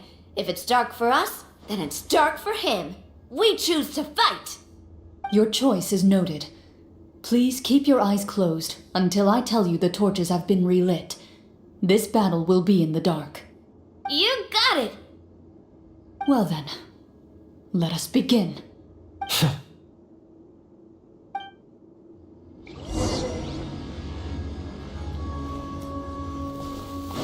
Where evil lurks, shoot on sight. I'd like to try to hit him with my sword. Your strike is successful. Is he still standing? Goodness, he sure is it over? Can we open our eyes now? The enemy is strong and relentless, but the battle is nearing its end. The torches have not been relit. What about now? Final strike. Ha!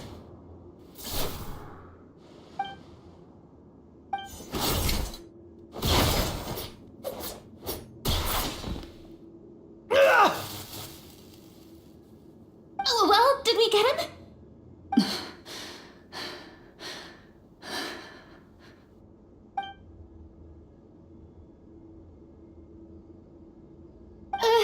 Glorian?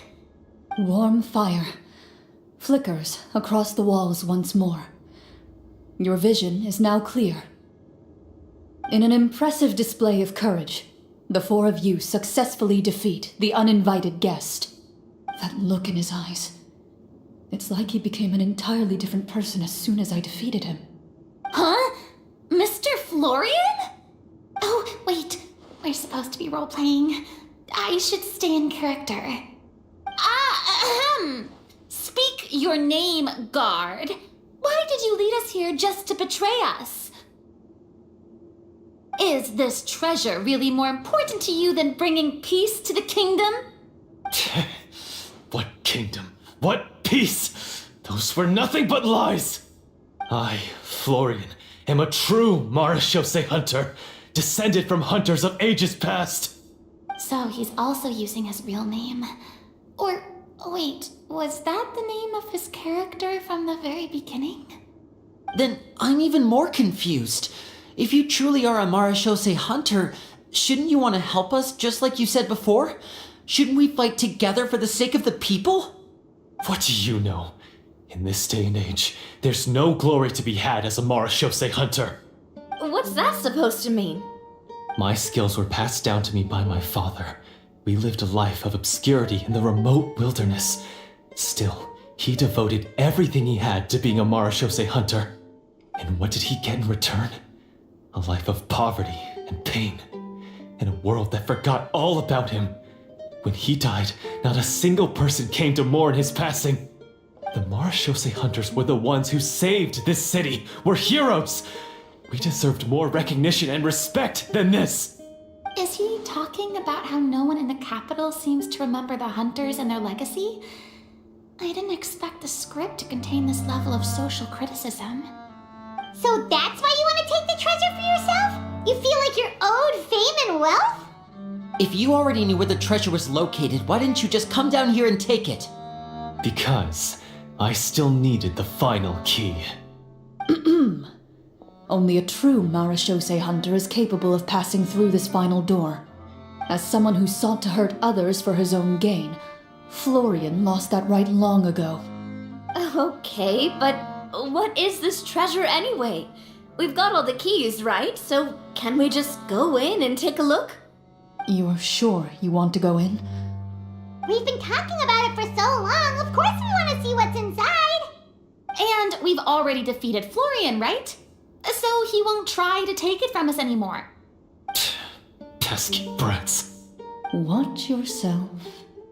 Then let's open the door together. All right. Your choice of action is confirmed.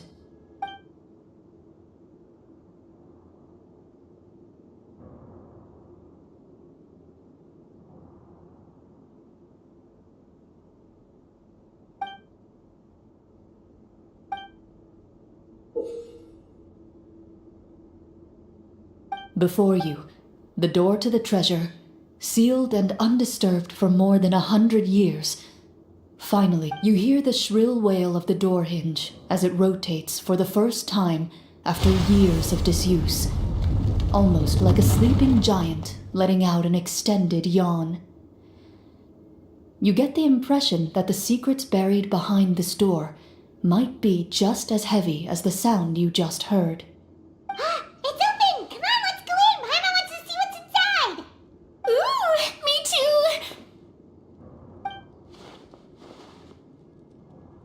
Ugh, uncovering hidden treasure is the most exciting part of adventuring.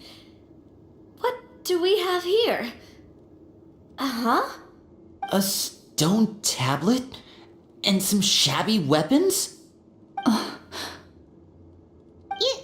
You call this a treasure vault? Looks more like an abandoned warehouse! Maybe the troop ran out of budget at the end? They provided a super immersive experience at the beginning only to drop the ball at the most important part? They could have at least filled this place with cardboard mora or something! Wait, I get it now. Paimon, this is the real Marashose hunter treasure. Huh?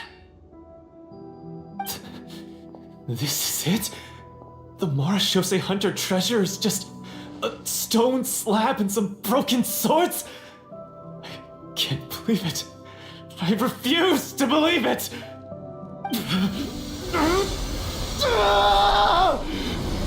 Whoa, are you okay?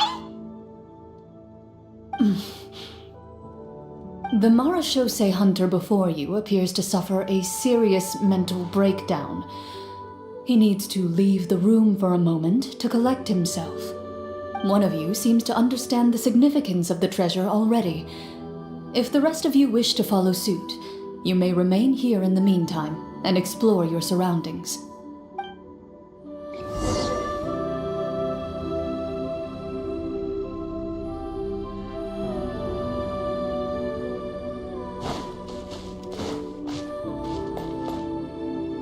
What is the treasure supposed to be?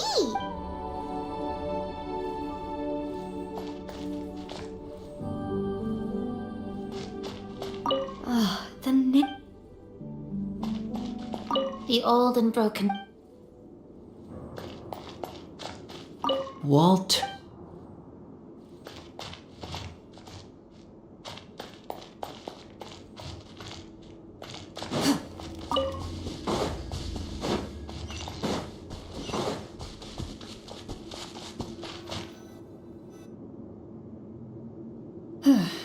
So, how are you doing? Feeling any better? What just happened? Do you remember how you got here? Or what happened to your body just now? I remember now. I brought you here because I wanted to... The explosives in the cave! You mean these? Huh? How did you... I could tell something was off the moment I stepped into this cave, so I kept an eye out. I've already dismantled the whole thing. So the strongest champion duelist in all of Fontaine saved the day once again. Guess I shouldn't be surprised. It would seem your skills as a Marechaussee hunter are as sharp as ever. I deserve some answers, don't you think? Tell me why you wanted to lure me here. Everything you said earlier sounded like the truth. Luckily, your monologue was dramatic enough to convince my friends you were just role-playing. I don't know. I just always felt like there was something in my heart that didn't belong to me. Something agitated and angry. Who knows? Maybe it was my own anger all along. I could never really tell. The feelings about my father and the other Marechaussee hunters are real. It just wasn't fair. I was angry, bitter that no one remembered them or praised their accomplishments. I don't know when it started, but at some point, my anger came to completely consume me.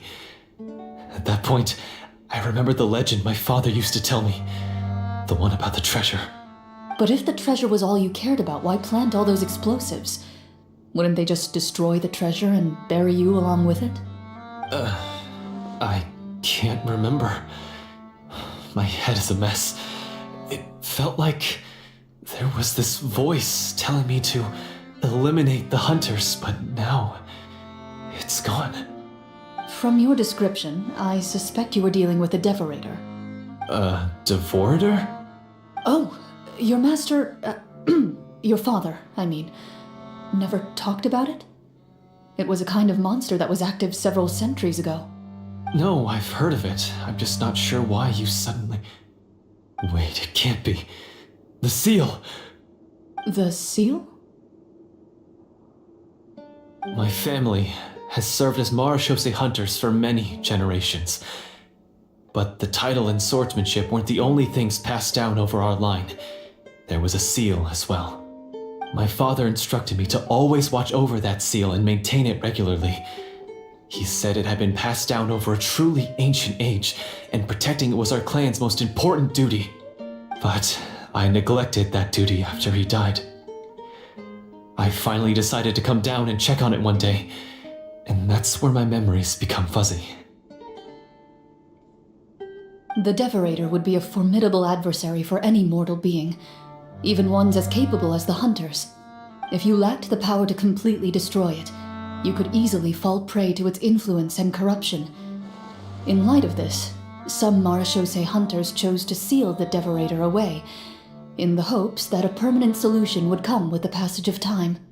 I heard it has the power to amplify the obsessions and desires in people's hearts, to the point where they overtake you entirely. It would seem I'm not just lacking in skill with a blade, but in mental fortitude as well. And yet, you were able to retrieve 3 of the 4 keys. If I remember correctly, each was entrusted to a respected and capable hunter. How did you manage it? One of them belonged to my father. The second I stole from a different hunter. And the third... was one that I snatched while the person was on the way home from the tavern. I nearly died in that alley. I know just how strong you are. It's as clear as day to everyone in Fontaine. I observed you from dusk to dawn, but could never find any opportunity to sneak up on you. I never even saw you drink a single glass of liquor. The only way I could think to obtain that last key was to lure you here using your hobby, and then... Oh, I get it now. That monster, it wanted to bury you here alongside the treasure. I won't comment on anything else, but the script was good. Well, I did pour my heart and soul into it. The stories my father used to tell me about the glory of the heroic Marachose hunters and how they came to be forgotten. It's more than just a story. Huh? You're proud to be a hunter. You're still holding onto that part of yourself, no matter how small. I have done so many despicable things. I have nothing to be proud of. Then explain the purpose of the evil sorcerer in your story. Huh? Isn't he the true antagonist? The one who sought nothing but his own gain, and used the people as pawns to attain it? In your heart of hearts, he was the one you truly wanted to defeat. But I've already tainted my sword. I no longer have any right to... Wake up, Florian. Remember how you introduced yourself earlier.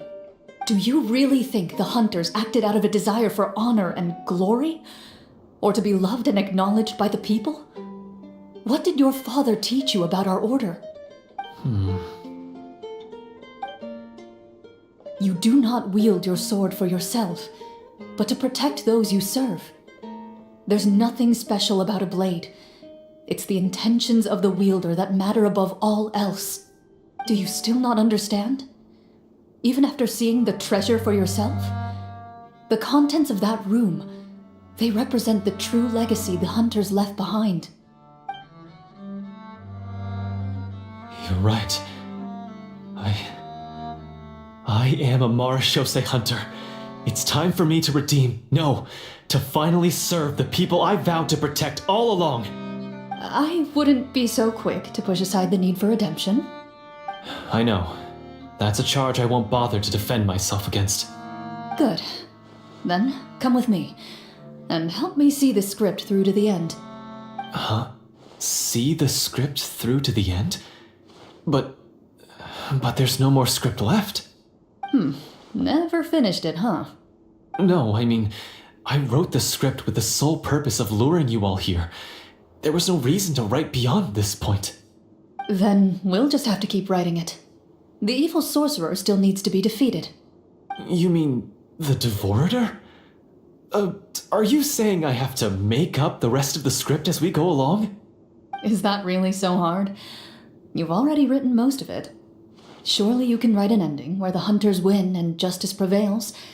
I'll be there to help you too. You aren't afraid your party will fall into danger? I know what my friends are capable of, and they're all quite skilled. Besides, I need their help. Then, are you going to tell them the truth about all this? I don't intend to spoil the fun. Sometimes protecting dreams and fantasies is more important than exposing the truth. Don't you think?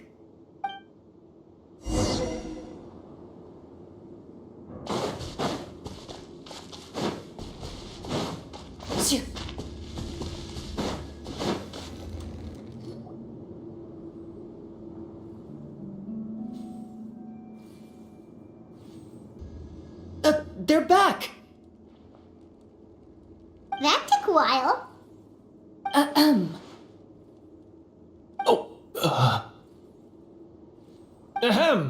My fellow Marachose hunters, please forgive me, for I have sinned.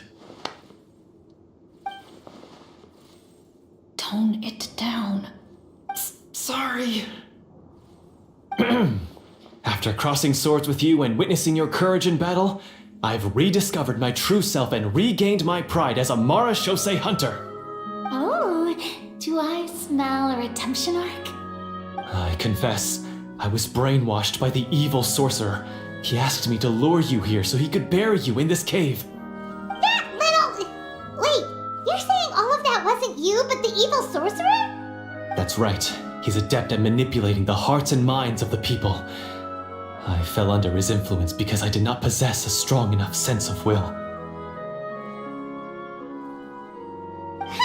And how are you going to prove that you're a changed man? We're not going to fall for the same trap twice. To be perfectly honest, I only came to my senses after seeing the treasure. It reminded me of my father's past teachings. The treasure was actually... The names of all the Marashose hunters from ages past and their weapons? Wait, you already know? Of course. Don't underestimate a veteran role player's exploration skills. Oh, wait, I mean Marashose hunter Navia's exploration skills. We just finished reading through the content of the stone tablet. That tablet recorded the lives of some fascinating people. For example, this Marashase hunter called Est. She inherited the responsibilities of the Golden Hunter and passed judgment on many people. But in private, she had a very easygoing personality. Her favorite pastime was singing and dancing with her friends, and she was said to have a beautiful voice. So, she was just like you. Oh, you really think so? Well, when you put it that way, I suppose I also have a few things in common with this Walter. Working as an executioner, he supposedly used a countless number of tricks to confound his enemies in battle. Oh, if only I could have seen the feats of magic he pulled off back then. Their lives were all so exciting. You could write so many cool books about their accomplishments. How could they have all been forgotten? Because they chose to be.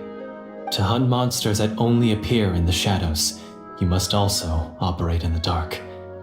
To be a Marashose hunter is to willingly give up on wealth and fame. Then this stone tablet must have been left behind by their companions. That's right. Few Marashose hunters ever revealed their identity to the public. They always protected the city from the shadows. The only time they spoke of their accomplishments would be at night, when they gathered with their fellow hunters in front of the bonfire to share stories of the monsters slain by their hand. So, this tablet was created not so that the hunters would be remembered by the people. No wonder this place was so well hidden. You regard the stone tablet in solemn silence. The names of your comrades etched onto its surface serve as a reminder that you are never truly alone. The tablet proves that, although a hunter walks a shrouded path, it is not a solitary one. There will always be those who walk beside you, a fact that remains as true today as in ages long past. Their legacies shall continue to be passed down from generation to generation, as everlasting as the stone onto which their names are carved. Father, you once told me that I should seek out the treasure if I ever became lost. So this is what you wanted me to find.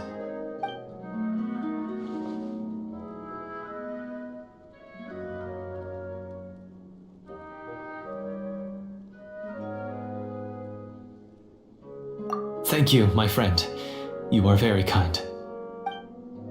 I implore you, everyone, please give me a chance to make up for all I've done. Allow me to fight alongside you and defeat the evil sorcerer that threatens the peace and prosperity of everyone in this kingdom. Well, I say we let you join. Sounds good to me too. Everyone makes mistakes.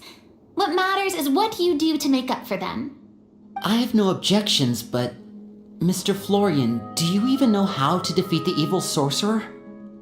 When he took over my mind, I gained some insight into his thoughts. Every time I thought of the treasure, he reacted with a strong sense of fear. Huh? He's afraid of the treasure? But there's nothing here except some broken weapons and the stone tablet. What if the secret's hidden inside these weapons? GM, permission to investigate.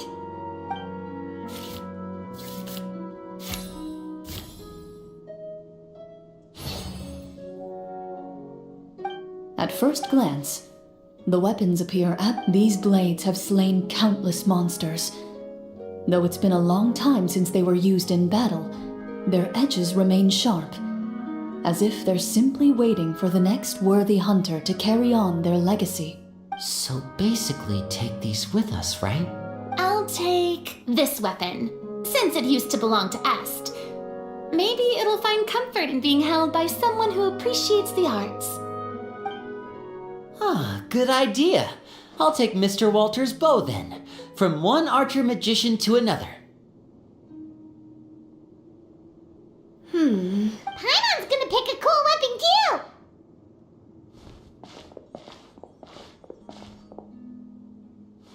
As you grip your weapons, you can almost feel the will of past hunters coursing through your being.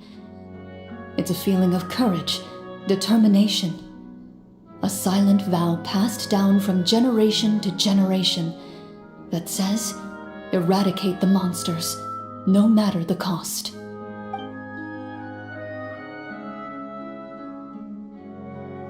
Mr. Florian, do you know where to find the evil sorcerer? I was able to see his surroundings when our minds were connected. I believe he's currently hiding out at the church in the kingdom. We must be extremely careful. He's spent so long living among monsters that he's now taken the form of one. He will not be easily defeated. Then why don't we explore some more and try to find some higher level gear? We don't want to just fight him and lose, right? No, we have to strike now. He was greatly weakened when I managed to break out of his control. If we let him rest, he might have time to escape. I agree with Mr. Florian. We've got to act while we have the advantage. Don't forget, the people of the capital are counting on us. Yeah, now that we've got a plan, there's no point in waiting. The longer this drags on, the worse it will be for everybody. Yes, that's what's called... Yes, that's exactly right. Alright, you've persuaded Paimon. Mr. Florian, please, lead the way. Of course. He had to set up so many scenes today, and now he has to join in for this last part. I really don't envy his job.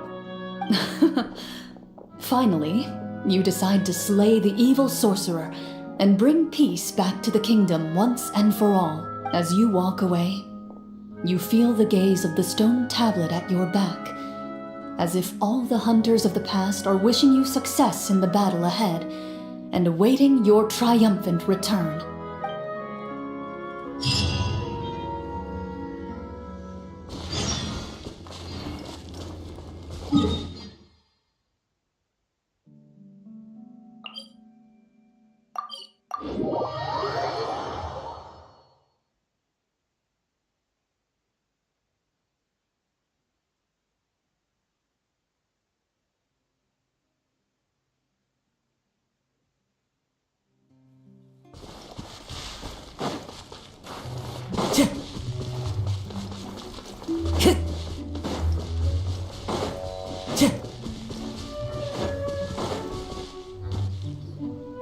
Finally, you arrive at the church Florian described. As you approach, an ominous aura surrounds you. You get the sense that your enemy is close at hand. How strange. This uneasy feeling seems so real. How did they manage that? Now, it is time for the final battle. Let's go!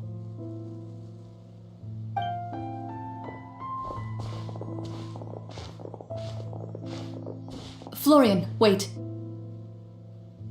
What's wrong? I think you should wait outside. You've already been corrupted by the Devorator once. It could easily re-enter your mind and take control of your body.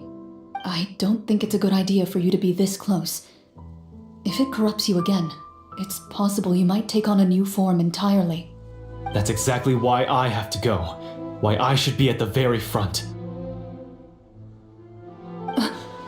You mean... Yes.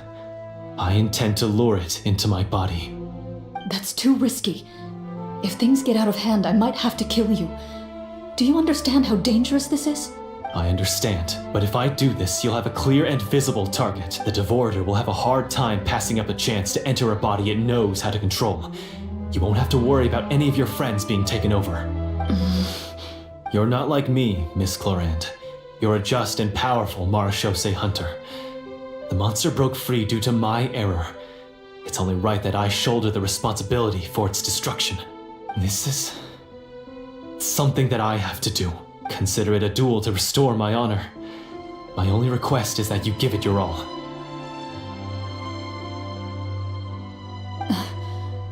Then, as a champion duelist, I hereby accept your request for a duel, and extend to you my most sincere regards. Thank you. The battle is now upon us. Let the Devorator once again tremble under the blade of the Marechaussee hunters.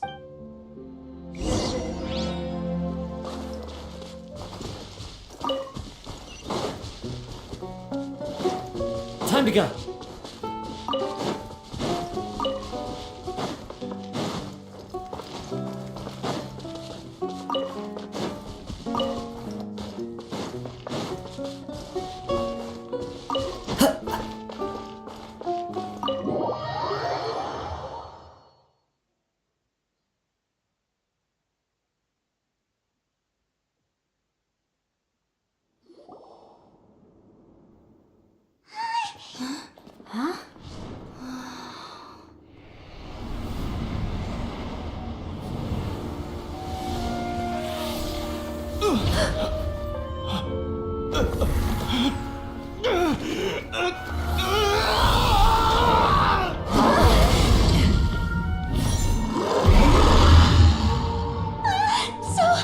So lifelike.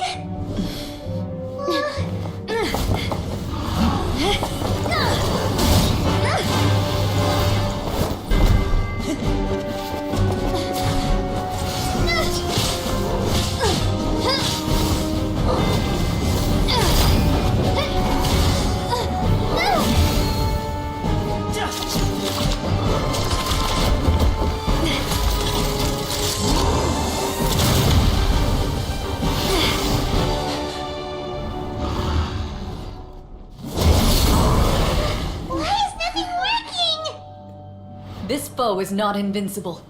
You hold the treasure, the power to defeat it, in your own 2 hands. The treasure? You mean... The names!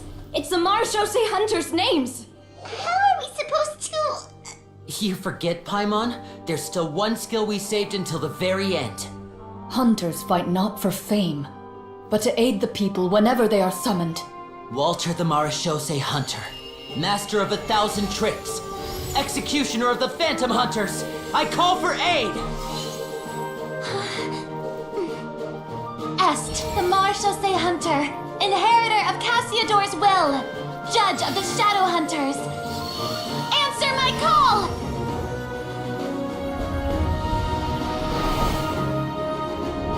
Petronia, protector of justice and order.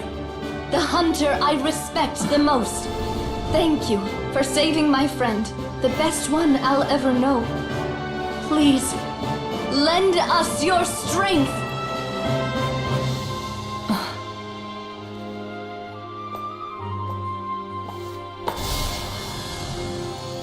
We have come to answer your summons.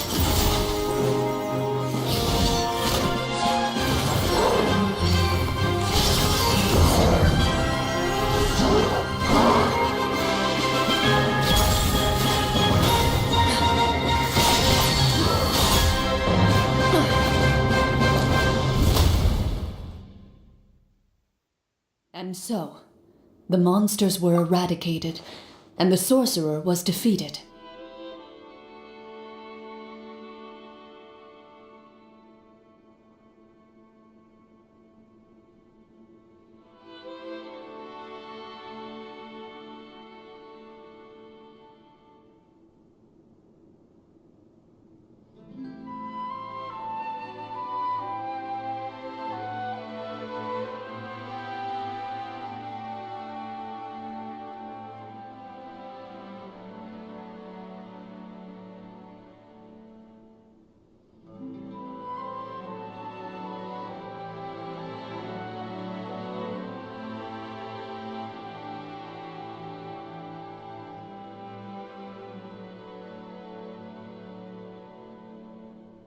Peace soon returned to the capital.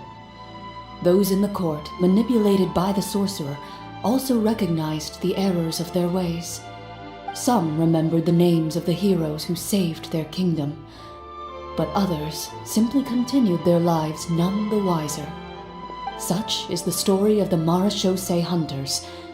They pursue the phantoms in the darkness and exterminate all who pose a threat.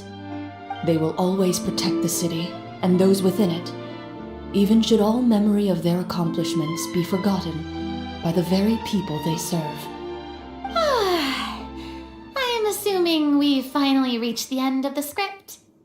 Yes, you've reached one of the better endings. It's a pretty solid story overall. I thought it was just an ordinary adventure at first, but the further we got into it, the more impressed I became with the production and the plot. That final battle especially. All the effects were super realistic. Oh, right. Yeah, totally. That's a really good point. I never expected the weapons we picked up from that vault would have that kind of effect. Yeah, mine nearly scared the daylights out of me when it started glowing. I took a good look at it after we got out, but I don't think it ever lit up again. Oh, we should probably give these props back, right? I'll just leave mine here. Did you have a good time? Of course. Let me know if another script like this comes around. Sure, no problem. Then I'll head back for now. I think I need some time to fully digest everything that just happened. Once Mr. Florian is awake, please pass on my regards to him. He must be extremely exhausted to have passed out cold like that. You're right. He's had a lot to deal with. Well, see you all some other time. Toodaloo!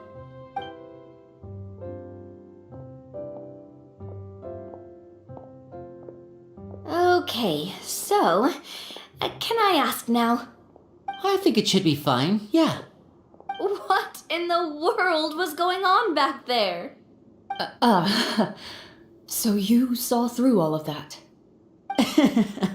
That time in the cave when you told us to close our eyes, it'd be weirder if we didn't notice anything. I was dying of curiosity the entire time.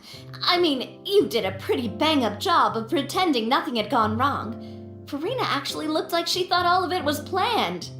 Guess none of us wanted to be the one to break the illusion. What are you all talking about? Oh, wait. Don't tell me Paimon never... No, this is all my fault. It's not too late to cover your ears. Here, Paimon, I'll do it for you. A bit late for that, don't you think? You're saying everything that happened back there wasn't actually part of the script? It's probably more accurate to say this was never a real scripted story to begin with. What? So loud. My head. Hey, you! Get up right now and explain yourself! No shaking, please! Oh, my head.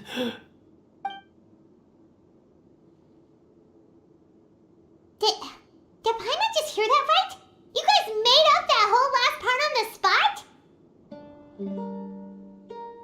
It's not nice to lie to people, but Paimon's gotta admit that was a really good story, Florian. Oh, and nice improvisation, Florian! Yeah, it was like watching a magician improvise a spectacular magic trick after forgetting an important prop. If Paimon knew something was wrong with that vault, she would have floated straight in the opposite direction. Everything was under control. As if you've ever described a situation as being out of control. I'm pretty sure any situation you consider to be easy to handle would scare a reasonable person half to death. Guess I'm just used to it. You must run into a lot of unexpected situations then. That explains why you're so good at coming up with things on the spot. As for you, Florian...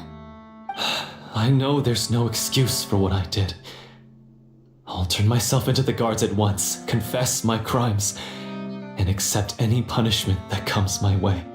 I would say you've already suffered more than enough. What?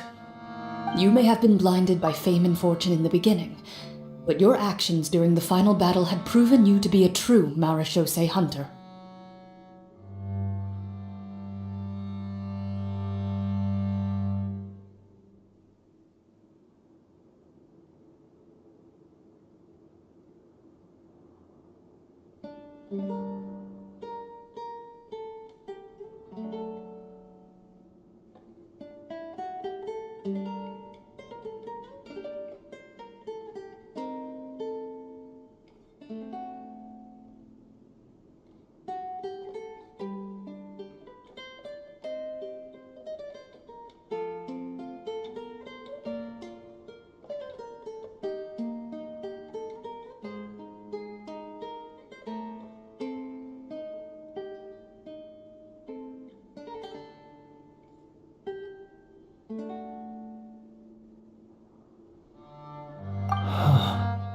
You'll be far more used to the city above ground than below.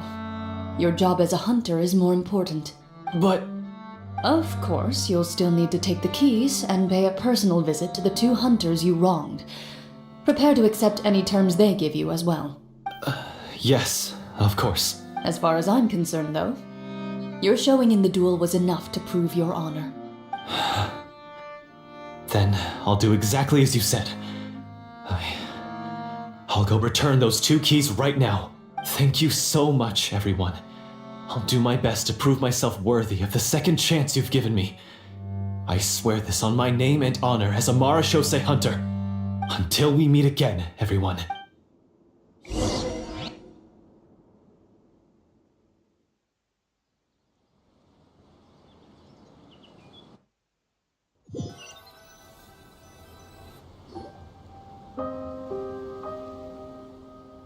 Speaking of Marashose hunters, what should we do about the treasure in that cave? Leave it be. Are you sure? We could show it to people, make it so that the hunters are remembered. Don't you want that? No. Every name on that tablet made the same choice. All hunters know what the path entails. I am no exception. My identity as a Marashose hunter is not something I need people to remember. I wish only to be recognized as a champion duelist. Nothing more. That's certainly very different from the path of a magician. Still, I admire your decision. Wait, I just remembered something.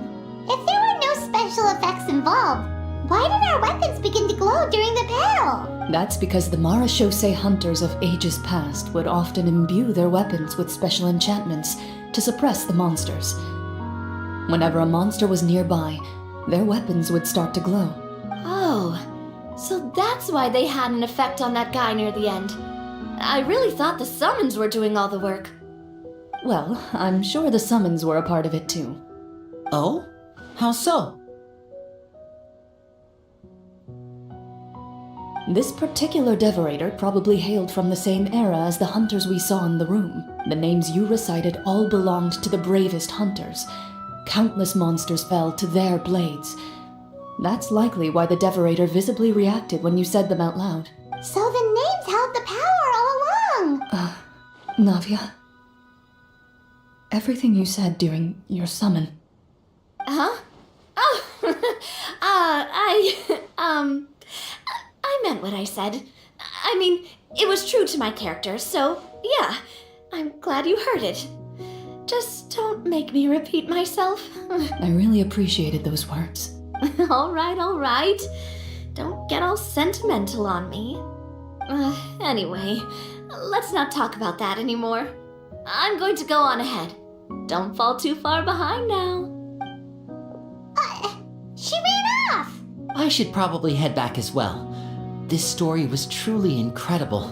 I might have to spend the whole night telling my siblings all about it. Goodbye.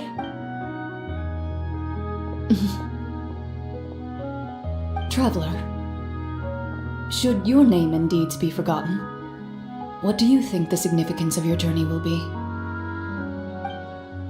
I suppose the significance would be the journey itself and the world we helped create. There's still value in the time I shared with everyone here, in the things we were able to accomplish, even if no one remembers them. A great answer. I'll remember it. Me? The Marashose hunter says nothing in response to that question. Perhaps her answer lies in her silence, an unspoken vow left to echo through the night. The path she walks needs no explanation.